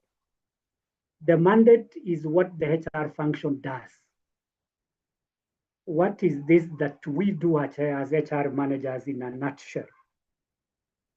I'm sure all of us have a HR strategic plan, and that strategic plan is aligned to or with the corporate strategic plan. We drive our mandate from the corporate strategic plan by ensuring that we bring on board high quality employees, develop and retain them. So the mandate here is to attract, develop and retain quality personnel. The role of HR in any organization is to perform the HR functions like recruitment, training, performance management, and others. And our authority is limited to people management, so that we don't discuss matters finance. And that is why when we are called to the board, our role is very clear, is to discuss people management issues. So our authority is limited to those functions that we perform, like recruitment. We have authority to determine the process, the system, and the procedure to be followed. So that charter is very important, without which we will have nothing to rely on, because it sets the standard or the framework that forms, that informs our performance. The end of it is that we ensure that HR operates legitimately and consistently. Legitimacy comes from recognition either by policy, by law, or by governance structure, that we are a function that legally exists and has a clear mandate and role to play. And that for consistency, we deliver services in a way that is uniform and predictable, so that we ensure fairness and transparency.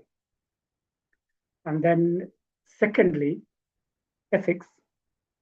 This is the moral framework which touches on fairness, integrity, confidentiality, respect, and transparency. That in fairness, we give equal or equitable opportunities to everybody, whether it is recruitment or hiring, whether it's training, whether it's compensation. Everybody should be treated fairly. Unfairness may lead to lawsuits, complaints, or even poor performance. And that reflects negatively on our performance as HR managers. Like I mentioned, one of the principles of governance is fairness and accountability, where that everybody should be treated fairly. Even in disciplinary matters, the rule of innocence still applies, that we are all considered innocent until proved guilty.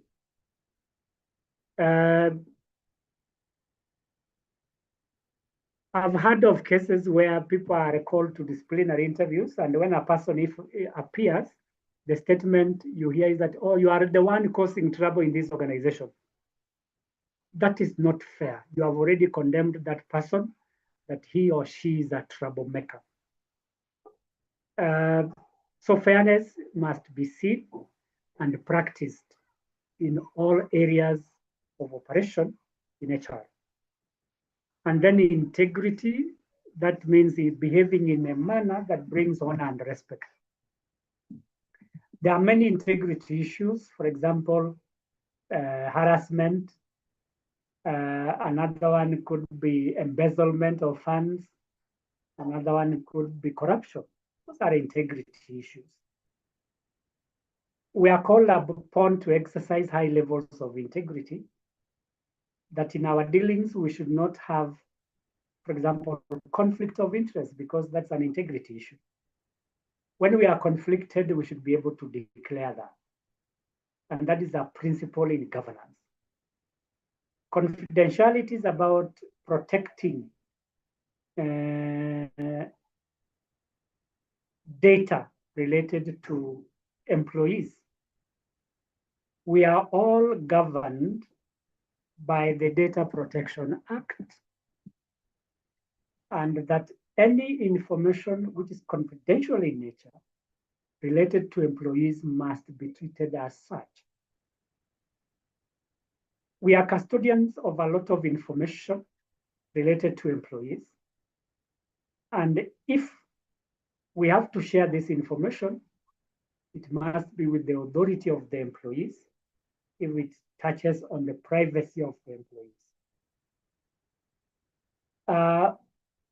At the organizational level, confidentiality is about keeping organizational secrets so that we don't share them with third parties, such as patents, strategies, as well as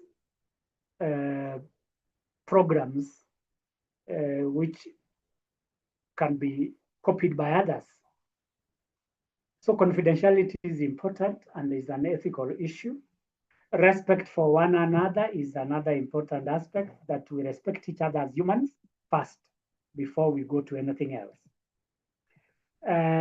What are the components of a HR charter to begin with?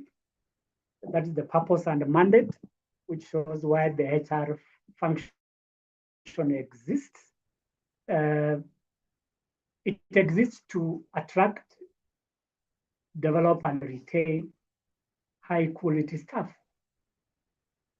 And in terms of positioning, our mandate is to ensure that we play our role as strategic partners, and that can only work if we work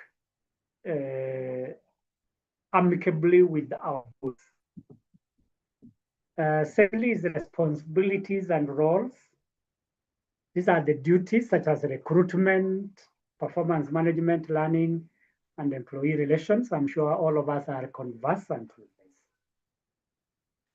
this. The level to which we perform these roles and the responsibilities effectively will determine our success or failure. And therefore, we are called upon to ensure that recruitment, performance, management, and other functions are performed efficiently and effectively. Authority and decision-making is something that I also mentioned in my introduction. If you look at the HR charter, authority and responsibility, that we have certain approval powers, for example, approving training programs, approving HR audits, approving performance management tools, among others.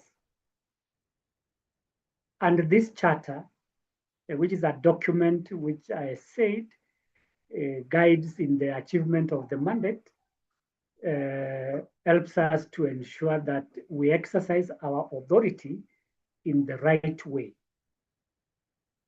Governance and reporting relationship.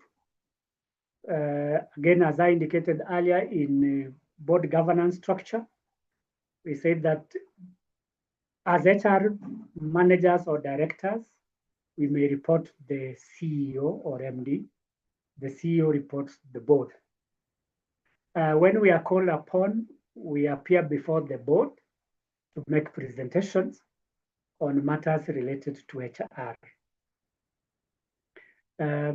But again, our charter should be clear that we develop an organogram together with others that clearly shows the reporting lines, so that one, we know authority relationships, two, we know the people responsible. And 3, we know how we can delegate authority and responsibility within these reporting lines.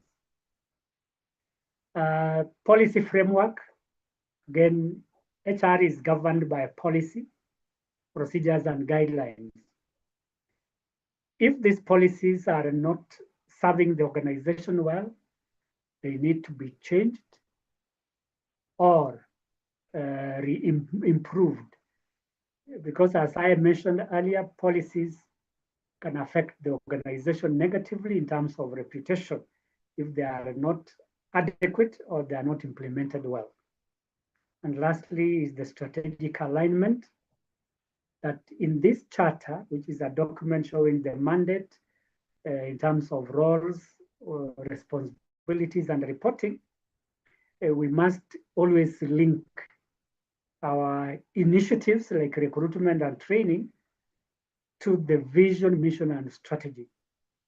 That linkage is very important because we want to be part of the success of the organization. If we do not support the vision, mission, and strategy, then we are not aligned. What are the ethical principles? I've mentioned some of them. One is confidentiality, like we protect employee data and records and any personal information in accordance with the Data Protection Act. I want to believe that all of us have been trained on data protection and have structures in place to ensure that records and data are protected at all times. We all know the consequences of breaches of the Data Protection Act, which includes fines. And the fines might be very costly to the organization. Impartiality, one of us mentioned board favoritism or bias. We need to be impartial, that we treat people fairly, equitably, and in accordance with the law. All laws are expected to be impartial, that they don't favor any party, be it the employees or the management. So if a person has committed an offense, the policies and the regulations must be applied impartially. We know that impartial treatment of employees may lead to demotivation and eventual employee exits, or in some cases, lawsuits. Respect is another aspect or ethical principle, which means that we need to treat people with dignity, celebrate our diversity, and also recognize people's rights. We are all human beings and we must be treated as human beings, not lesser mortals. All of us, irrespective of our position, we have our human dignity. That respect, that we are all humans, even if we make mistakes, our dignity must not be lowered by using and becoming language. Diversity is about our differences, be they religious, political, cultural, or even racial. Every one of us has a contribution to make. So our policies, our practices should promote diversity.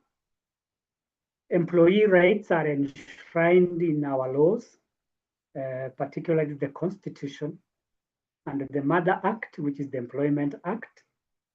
Employees have a right to life, have a right to express themselves, have a right to picket, and have a right to resign. So we must respect all these rights, but within the framework of the law. Anybody who violates other people's rights should face the consequences, as it were. The other one is integrity. I said honesty and consistency. and also behaving in a manner that brings honor and respect to your profession. Professionalism is another value, which is an ethical principle, which talks about competence. As HR managers, we demonstrate competence in the management of people. That's by way of understanding clearly the functions of HR, such as recruitment, training, and others, and implementing our policies. Credibility is about ensuring that we can be trusted. We don't lie, we don't make false presentations, or we don't change figures. We lose our credibility when we do that. And then lastly is about uniformity, which talks to consistency. Ethical decision making relates to one, awareness, where we are cognizant of the ethical dilemmas that we may make from time to time. And there are many of such dilemmas that, for example, if you find a senior manager committing an offense or behaving in an ethical manner, who do you report to? Do you report to him or to the police? Or if there is whistleblowing, how far are we ready to go in this process? And again, we shall talk about whistleblowing as an area of governance. Again, as we make decisions, we must always refer to our policies because they provide the framework within which decisions are made. Consultation, needless to say, we have said that board engagement is important, but we also need to consult other managers in other departments so that we can get their insights as well as their perspectives. Assessment, before we make any decisions which touch on people, we should evaluate the impact of such decisions. We must never ever make rash decisions, either based on emotions or the pressure of the moment. We must be careful to evaluate all the decisions that we make. We are expected to be as sober as judges, though some of them may not be as sober when we are making these decisions. And again, referring to authority, some of them exercise their authorities wrongly by making decisions that have negative impacts on the organization. And in some cases, that amounts to abuse of office. When we decide, we make options or we make decisions which are based on ethical principles. And lastly, in decision making, we must record everything. A decision on recruitment, record. A decision on training, record. A decision on discipline, record. And that promotes transparency and accountability. How do we manage ethical risks in our organizations? If you look at the black bolded words, they relate the risks, like misconduct. This is violating organizational policies as well as labor. How do we manage this? We must identify and address violations promptly. Otherwise, if we delay, there is a possibility of being accused of witch hunting. Harassment is another ethical issue, and we are required to enforce zero tolerance policies. That harassment cannot be tolerated. Harassment of whatever nature, whether it's texting, whether it's touching, whether it is talking to people in a manner that is unwelcome to them. It is a very serious offense which can lead to summary dismissal. Discrimination, especially when it comes to recruitment. People are discriminated on account of their ethnic background, religion, or even the way they appear. And as a way of managing this, we must ensure inclusivity and equitable treatment of all employees. Conflict of interest mainly arise, have interests in various aspects of the organization. We are called upon to declare our interest. If a person appears in our panel and he or she is related with us or to us, we must declare those interests by recusing ourselves. Retaliation that falls under whistleblowing, that when people know that they have been reported by somebody, they can retaliate or revenge. That means that we need to strengthen and protect the whistleblower policies so that the names of those who whistleblow are not divulged. Otherwise, we might risk the life of the whistleblower. And compliance is another risk. Ensure that we always audit all aspects of non-compliance to ensure that we maintain the minimum acceptable standards. What are the outcomes of ethical HR? Like I mentioned earlier, trust. We create confidence in our stakeholders by way of promoting fairness, honesty, and integrity. Engagement, apart from the involvement, here we are talking about commitment and motivation. That when we practice ethical standards or implement them, employees are likely to be committed to the organization by way of identifying with the organization and performing and being motivated. And here motivation drives higher levels of performance. Ethical outcomes also promote retention. That means it reduces turnover, employee brand reputation or brand equity. We promote our branding because unethical practices reflect negatively on our brand name. Compliance is about disputes, penalties, and legal challenges must be addressed. And then lastly, performance. When people are treated ethically or when members of the organization behave in an ethical manner, performance levels improve.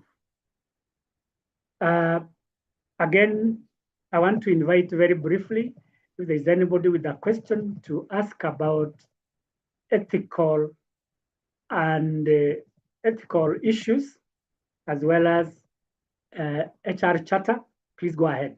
HR charter, we said, is a document that guides on the role and the responsibilities of the HR function. Ethics are the moral standards that we must follow, and I have discussed them in terms of an overview. What are these?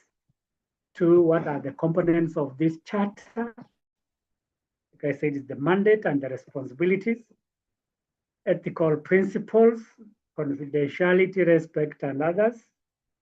Ethical decision making. We must be aware, implement policies fairly and consistently, and documenting, and then managing ethical risks, that is misconduct, harassment, conflict, and then what are the outcomes of ethical HR, which are positive, trust, engagement, compliance, and performance. So anybody with a question related to HR charter and ethics, please go ahead.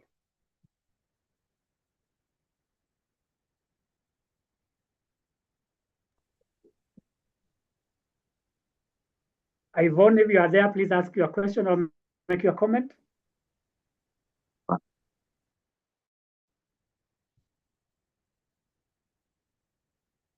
Somebody's on the line, please go ahead.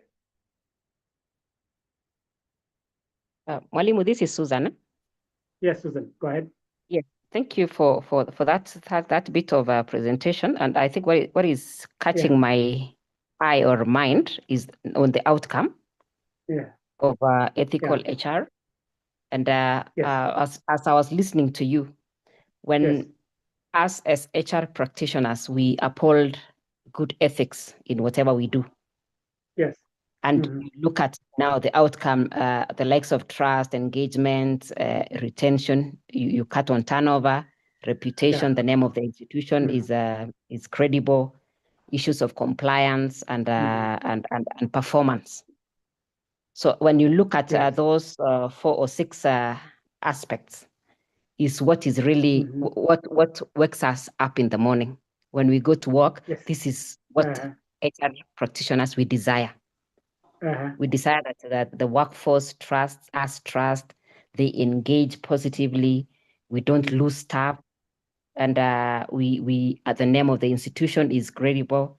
So when I was looking at that, and I told myself, I think ethical HR is something that we really need to cultivate and uphold and do everything possible to ensure that we are walking in that path. And when we walk in that path, we achieve this, which is now our end game as HR practitioners. That's what we look at and what we desire to achieve at the end of the day. So thank you, Mwalimu, for that. I think that is powerful for me. Thank you. Yes, we wake up. Thank you and thank you. We are talking about executives and we must play our role. Culture touches on these ethical issues and we must lead from the front. That means we lead by example. Like you have rightly put it, our A game is pegged on this ethical conduct. That if this come out consistently at times, then we are likely to succeed. Any other aspect is supportive, but when we behave ethically, our success rates are improved even more. Anybody else with a question or a comment? Yeah, I got a comment. Yes. When you were taking us through, I was Go looking ahead. also on reputational, and I was looking at matters to do with reputation, where enhancing employers' brand credibility and market perception positively. Yes. And there is a factor we may have not dwelled on very positively, and that is human rights. There is a human rights risk that touches on reputation. A case scenario, what we saw in the tea factory. Yes. On the with the employees on ground, it may affect the organization and end up even touching on the customers. It's also good that we uphold that ethical connection with everything. Yes, thank you very much for your comment. Yes, and you are right that protecting and promoting employee rights is one of the roles of HR managers, and this is in line with the labor laws, particularly the Employment Act. If you remember, I mentioned something like that, employee rights, so that we don't lose sight of that. If you look at bullet 3 on my screen, respect, dignity, diversity, and rights, and I agree with you that reputation can be affected if we do not protect the rights of employees. Thank you for that addition, and I believe that we have several takeaways from this interaction this morning. So if there is no further question, I want us to go to the board advisory skills, which is one of the key roles of HR managers. To start with, let us look at an overview of the advisory skills. That these skills are some of the competencies that we must have as HR managers, especially on people management aspect. So we must have skills in recruitment, training, performance, and others that you cannot advise anybody unless you have the skill. Skills are what separate successful managers from mediocre ones. If you are not skilled, then you struggle in the performance of your work or even advising anybody because you don't have the skill. Skills may arise from 2 or 3 areas or sources. 1, experience. 2, training. And 3, interactions with others. That when we attend some of these meetings, we interact with others, we see how others make presentations, how others argue their case out, we learn from them. So the purpose of this advisory skill is to strengthen the board governance system so that we promote quality and relevance of the decisions that we make, strengthening. It doesn't mean that the board members don't have the skills. They may have, but with your advice, they are strengthened when they make their decisions. On insight, we bring on board, especially during those presentations, new ideas and new ways of addressing issues. Call them new perspectives, new knowledge, and new experiences. This can form the basis of board deliberations, and this enhances the board of organizations. Secondly, through these skills, we exercise our independence so that we maintain an objective judgment. And like one of us said, we avoid those biases. We also add value because we advise the board that beyond compliance, there are other operational issues that they may not be aware, so that they make decisions based on what your advice is, because you are the expert. And then through these skills, we work together in a collaboration. This collaboration goes back to what I mentioned, and that is HR partnership. If we are business partners, we collaborate with various stakeholders, and in our collaborations, we contribute our skills, particularly in people management. It also enhances oversight of the board, that when you share your skills with the board, the assurance, monitoring, and accountability are enhanced in our organizations. What are the specific skills that we need to provide to the board? I will start with strategic advisory skills, where we are looking at the long-term perspective of the organization.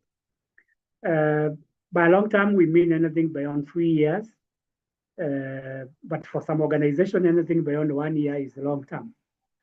So we look at the organization in 3, 4, 5 years down the line and advise them on matters related to employees so that we take proactive actions.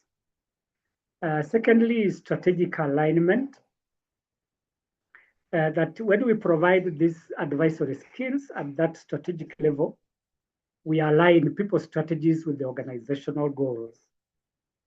The other one is workforce planning, where we are focusing into the future needs of the organization in terms of numbers and qualities. We are able to advise the organization or the board members. Another aspect of strategy is risk evaluation.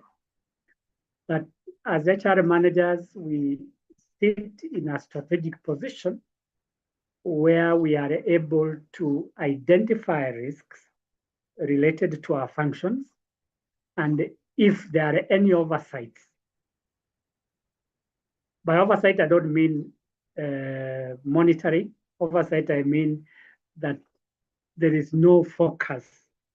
If the board does not focus on certain issues which are risky, we are able to advise. Innovation, they always say that when you stop innovating, you start dying. So as HR advisors, we advise on innovations related to the performance of HR functions. For example, in recruitment, we can bring in an innovation such as ATS. In training, we can bring in an innovation such as LMS. In performance management, we can bring in an innovation such as dashboard, so that we don't have to wait until the end of a period. That is when we start evaluating people. And then lastly is resource allocation, that we optimize our human resources, finance, and other investments when we advise the board strategically. We don't want to waste our human resources because they are valuable, and once lost, they may be lost forever. Two, another skill is governance knowledge, that as HR managers, we must be conversant with the role of the board. Secondly, we must understand the frameworks that govern the board, such as policies, procedures, charters, and operational guidelines. That you cannot advise the board if you do not understand the framework on which they operate. The other aspect related to governance is compliance, that HR managers and directors must be critically aware of the rules, regulations, policies, and laws that govern the employment relationship, so that when they are advising the board, they address them based on compliance issues, which they well understand. Another one is decision making, that knowledge of governance enables boards to make informed decisions. And informed decisions are those that are based on facts or data. And therefore, you can only advise on decision making when you have knowledge of how the boards make decisions. And another aspect is accountability, that how do we ensure accountability by way of reporting, systems, monitoring, and evaluation. Like somebody asked earlier on, we report to the board. What is this that we report? When we understand our assignment, we can comfortably and confidently make reports to the board so that the board is well advised.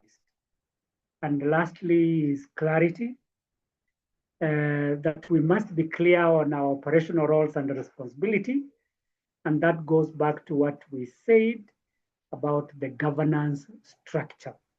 The structure must be clear, delineating operational roles, responsibilities, and expectations.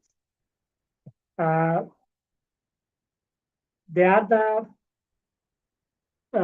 skill that you must have, because we are talking about, if I may take us back so that we don't lose sight of this, we are talking about board advisory skills.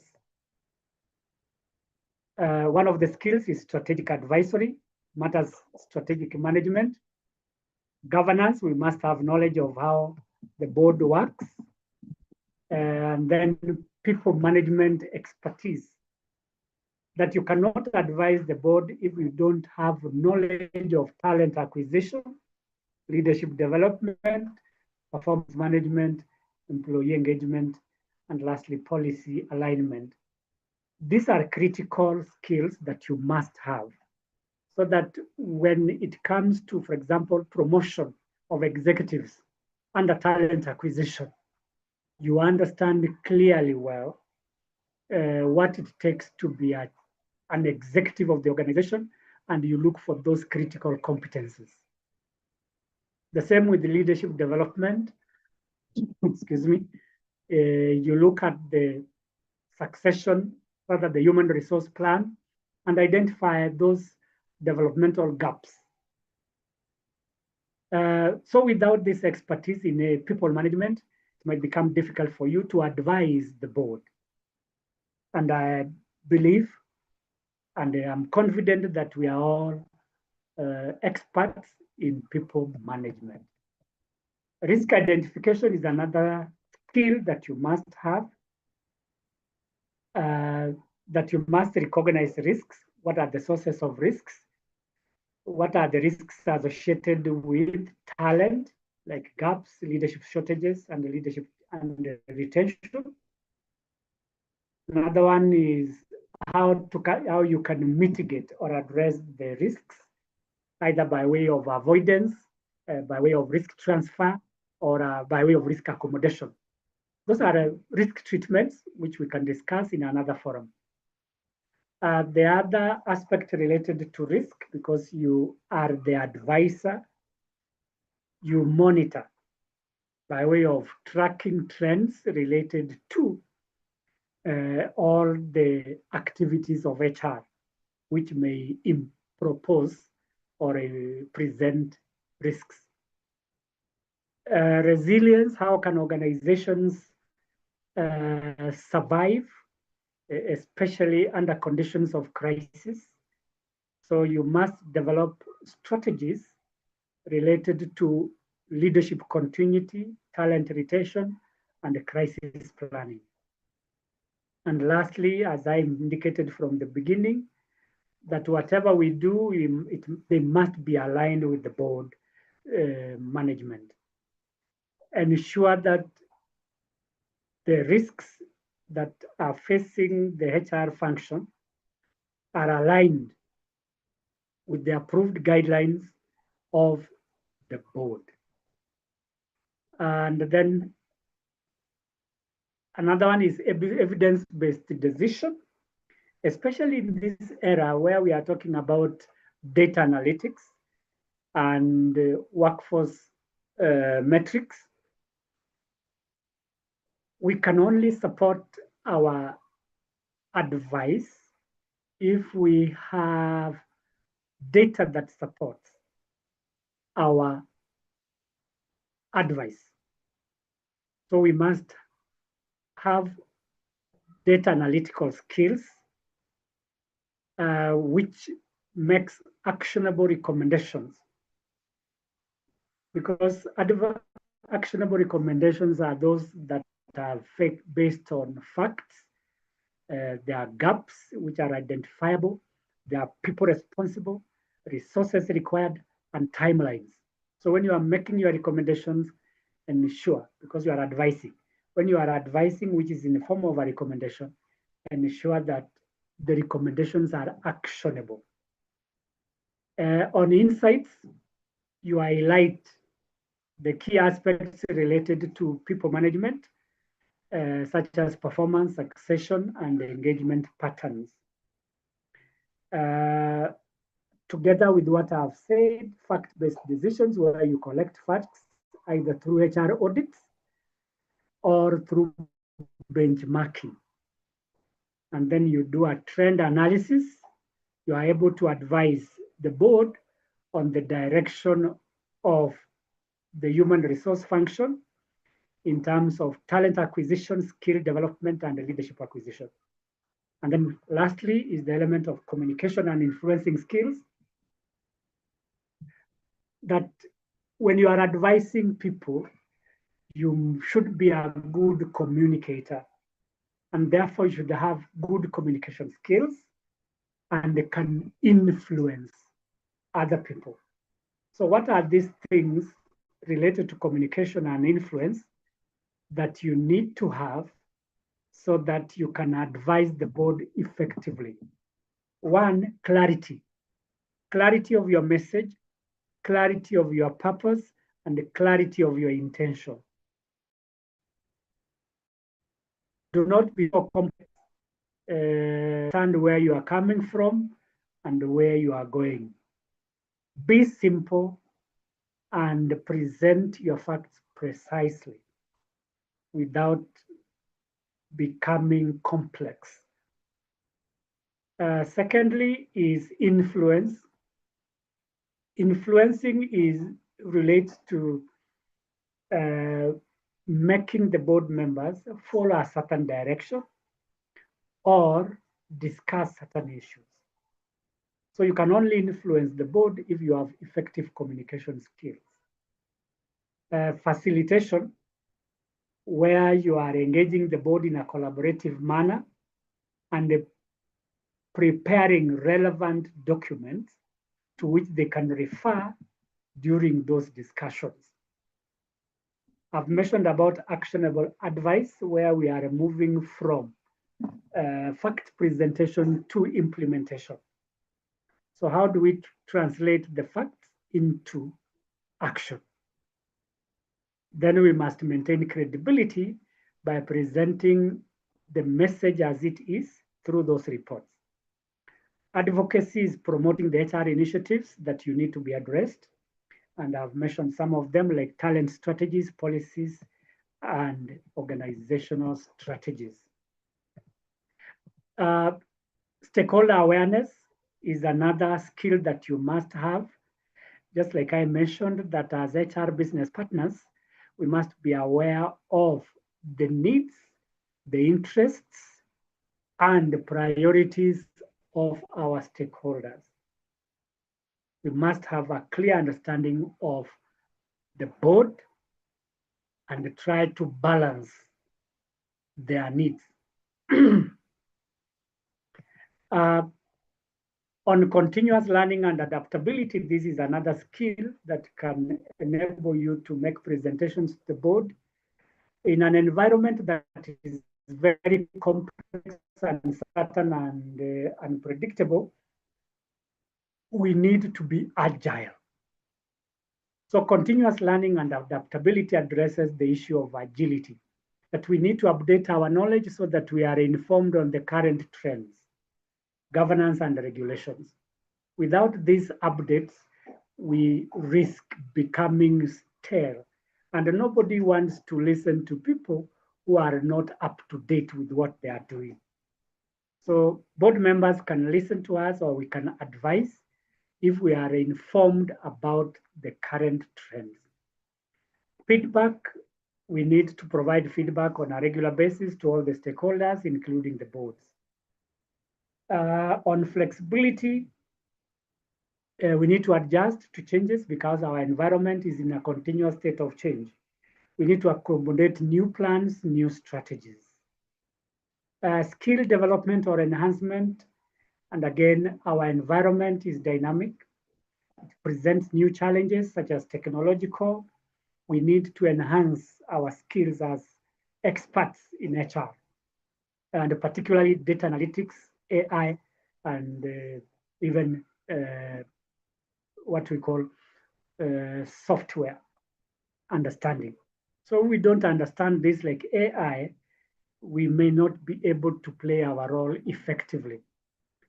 As they say, those who cannot adapt to new technology like AI, you risk being circulated out of business. So we need to enhance our skills in data analytics as well as AI, so that we are able to use AI to our advantage. How? Preparing training programs, to analyzing data, 3, workforce planning. All this can be done with the assistance of AI, and we can only advise the board, especially on matters AI, if we have the skills ourselves. And then implementation of lessons learned, which I will talk about in the next slide, that we need to implement all the functions processes, systems, and policies. Lastly, is continuous improvement that we need to impress upon the board that there is need for continuous growth, and they can play a big role in this by way of allocating resources for employee development. So that is basically what I had for advisory skills to the board advisory. I want to address the last component of our discussion this morning, and that is governance crisis case, so that we can combine questions, if there are any, for both governance advisory or board advisory, as well as the crisis case. By way of definition, a crisis relates to a breakdown in systems, processes, or even procedures that direct and control the management of people. Breakdown, meaning that they are not working. So if we are not working, then there is a crisis. You can imagine if recruitment is not working, training is not working, and other systems are not working. And in some cases, you can imagine, maybe you are trying to log in into the SHA system and it's not working. That is a breakdown. So with this breakdown, you suffer a crisis. And in governance, we do not want to be surprised by such crisis. Why? Because we are proactive. We take proactive measures before a crisis sets in. And that is what we shall be addressing. Secondly, is the core problem. When there's a breakdown, usually the core problem relates to two areas. One, senior management, and two, the board. And what could be the problem? Ineffective or weak oversight. At the organizational level, the senior managers, like CEOs, may not provide oversight, and therefore we go into a crisis. At board level, the board does not monitor what is going on, we go into a crisis. What are the root causes of many of the crises that we face? I've indicated a few of them, such as unclear roles, which relate to governance structure, weak controls, such as policies, regulations, and standards, or poor ethical leadership. You remember I mentioned ethics, where we are talking about the moral standards that must be followed. Many of the crises that we face, either in our organizations or other organizations that we have witnessed before, relate to this ethical leadership. And one of us emphasized that in modern human resource management, ethical HR stands out, and that becomes an A game in the way we manage people. And then what are the warning signs before a crisis? A few of them: policy breaches or law breaches, and three, unchecked decisions. That decisions are made arbitrarily and nobody cares how they were made and what the effects are. I have an excerpt here, which I will invite us to look at. And this excerpt is related to company XYZ, which can be a public or private organization. So what is the problem here? The board oversight failed to identify HR workforce related issues. And what are these issues? Talent gaps, unethical behavior, and weak compliance.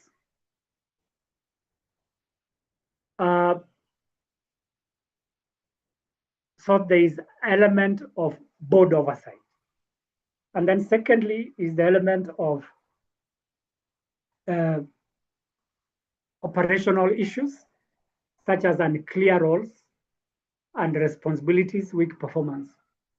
So in this organization, there were clear roles, responsibilities, and others. What were the effects of this? Any organization can face this. Low employee morale, operational disruptions.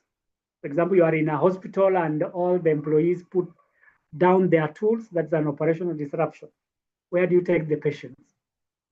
Legal lawsuits, reputational damage, and reduced stakeholder confidence. Those are the consequences of poor governance. So this crisis highlights several things. The importance of strategic HR governance, which we are discussing today, ethical leadership, which we have emphasized, and one of us actually said it's a critical factor, which makes us to be A students. And lastly is the need for a robust reporting system to ensure accountability. These are the issues that are identified: role ambiguity, weak accountability, poor ethical oversight, talent gaps, inadequate succession planning, and ineffective reporting. All our organizations may be suffering from these HR-related issues. Here is an opportunity for us to take corrective measures. What could be the interventions if there are these issues in our organizations? One, clearly define the HR roles and responsibilities by way of reference to the organizational governance structure. Secondly, strengthen performance management. And this is an aspect that we will be discussing, please, on our online modules. As I indicated earlier, we will be having strategic performance management. And please check out how we are going to offer them and the dates. Thirdly is ethical leadership training. Ensure that people are taken through ethical training so that we don't suffer the crisis of unethical leadership. Talent and succession planning to ensure that there is continuity in terms of leadership, because if we don't have people to succeed others, then we have a crisis. Enhanced reporting so that we ensure that we are accountable to the board. And lastly, employee engagement initiatives to ensure that they are committed, they are motivated, and we retain them. What are the responses by the board? Sometimes they do damage control by way of containing further damage. Two, they commit or commission investigations. Three, communicate to the various stakeholders to assure them and create confidence and take corrective actions. So those are some of the board responses if we have a crisis. What are the lessons that we learn from crisis management? One is that strategic HR governance is critical, and that is why we are having this discussion this morning. Two, role clarity. We need to be clear on our role as HR managers, as well as the roles and the responsibilities of the board. And we can all attest to that fact that we need to understand our role and what the board does. Accountability, we need to ensure that we are responsive to the questions that arise related to HR, and that we are in compliance with HR policies, labor laws, and industry relations. Ethical culture, and again, we have said ethical HR has become very key, and for that reason, we need to embrace integrity, transparency, and accountability. Second last is talent and succession planning, that when we have this in place, the crisis of leadership pipelines cutting short, will be addressed. And lastly, reliable HR data, which requires that we do continuous monitoring and HR audit, so that when we are reporting to the boards, we have data that supports our arguments. So with that, ladies and gentlemen, we come to the end of our module this morning. And on that note, I want to invite questions related to HR ethics, as well as crisis. Anybody with a question related to HR, sorry, HR advisory skills and crisis. HR advisory skills and crisis management.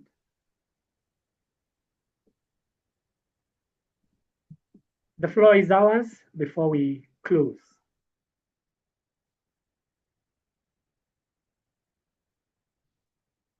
Who is first to go with his or her comment? Lucas, if you can go or start, if you have any.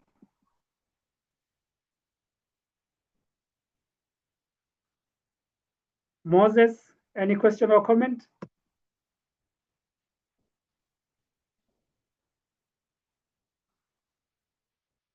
Okay, Karen Sang, if you are available, please make your comment or ask your question.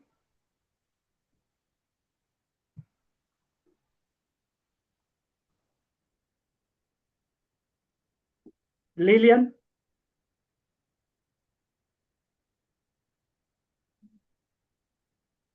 Okay.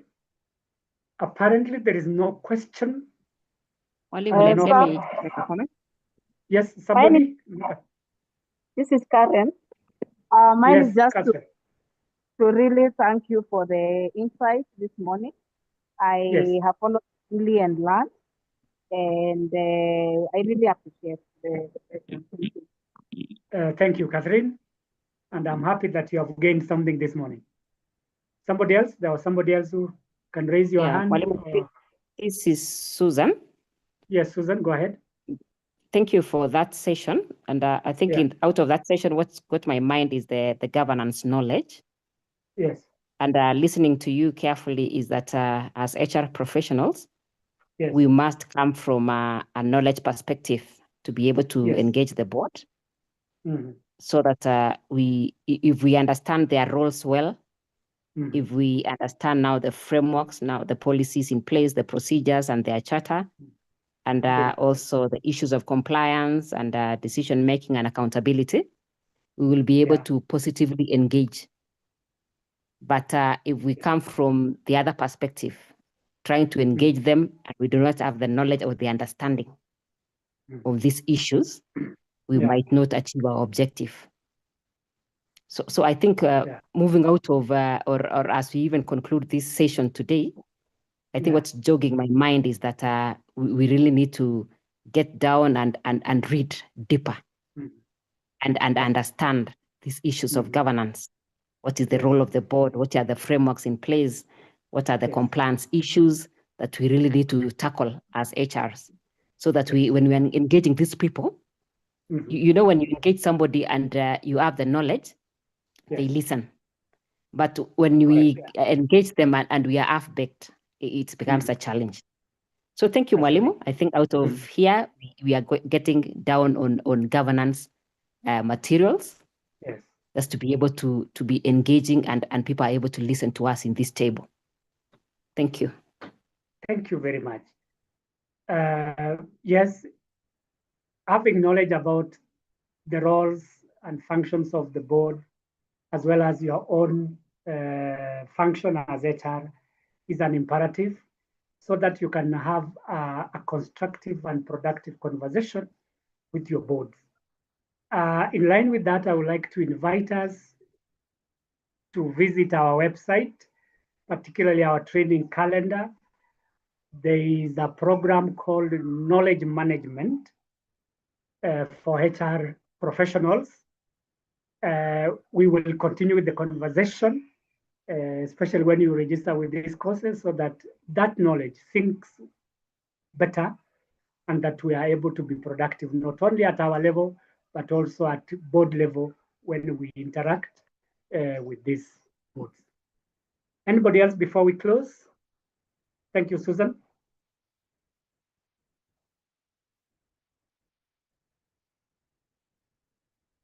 All right. Thank you very much, ladies and gentlemen, for your participation, for showing up, and for your contribution. I really appreciate. I look forward to seeing you again next weekend on Saturday, same time, same place. Do enjoy your afternoon. Thank you. Thank you. Thank you, sir. Enjoy your weekend. Thank you, Mwalimu. You're all welcome. Thank you, Mwalimu. Nice weekend all. Thanks, Enjoy Mwalimu. your weekend. Thank Thank you. you.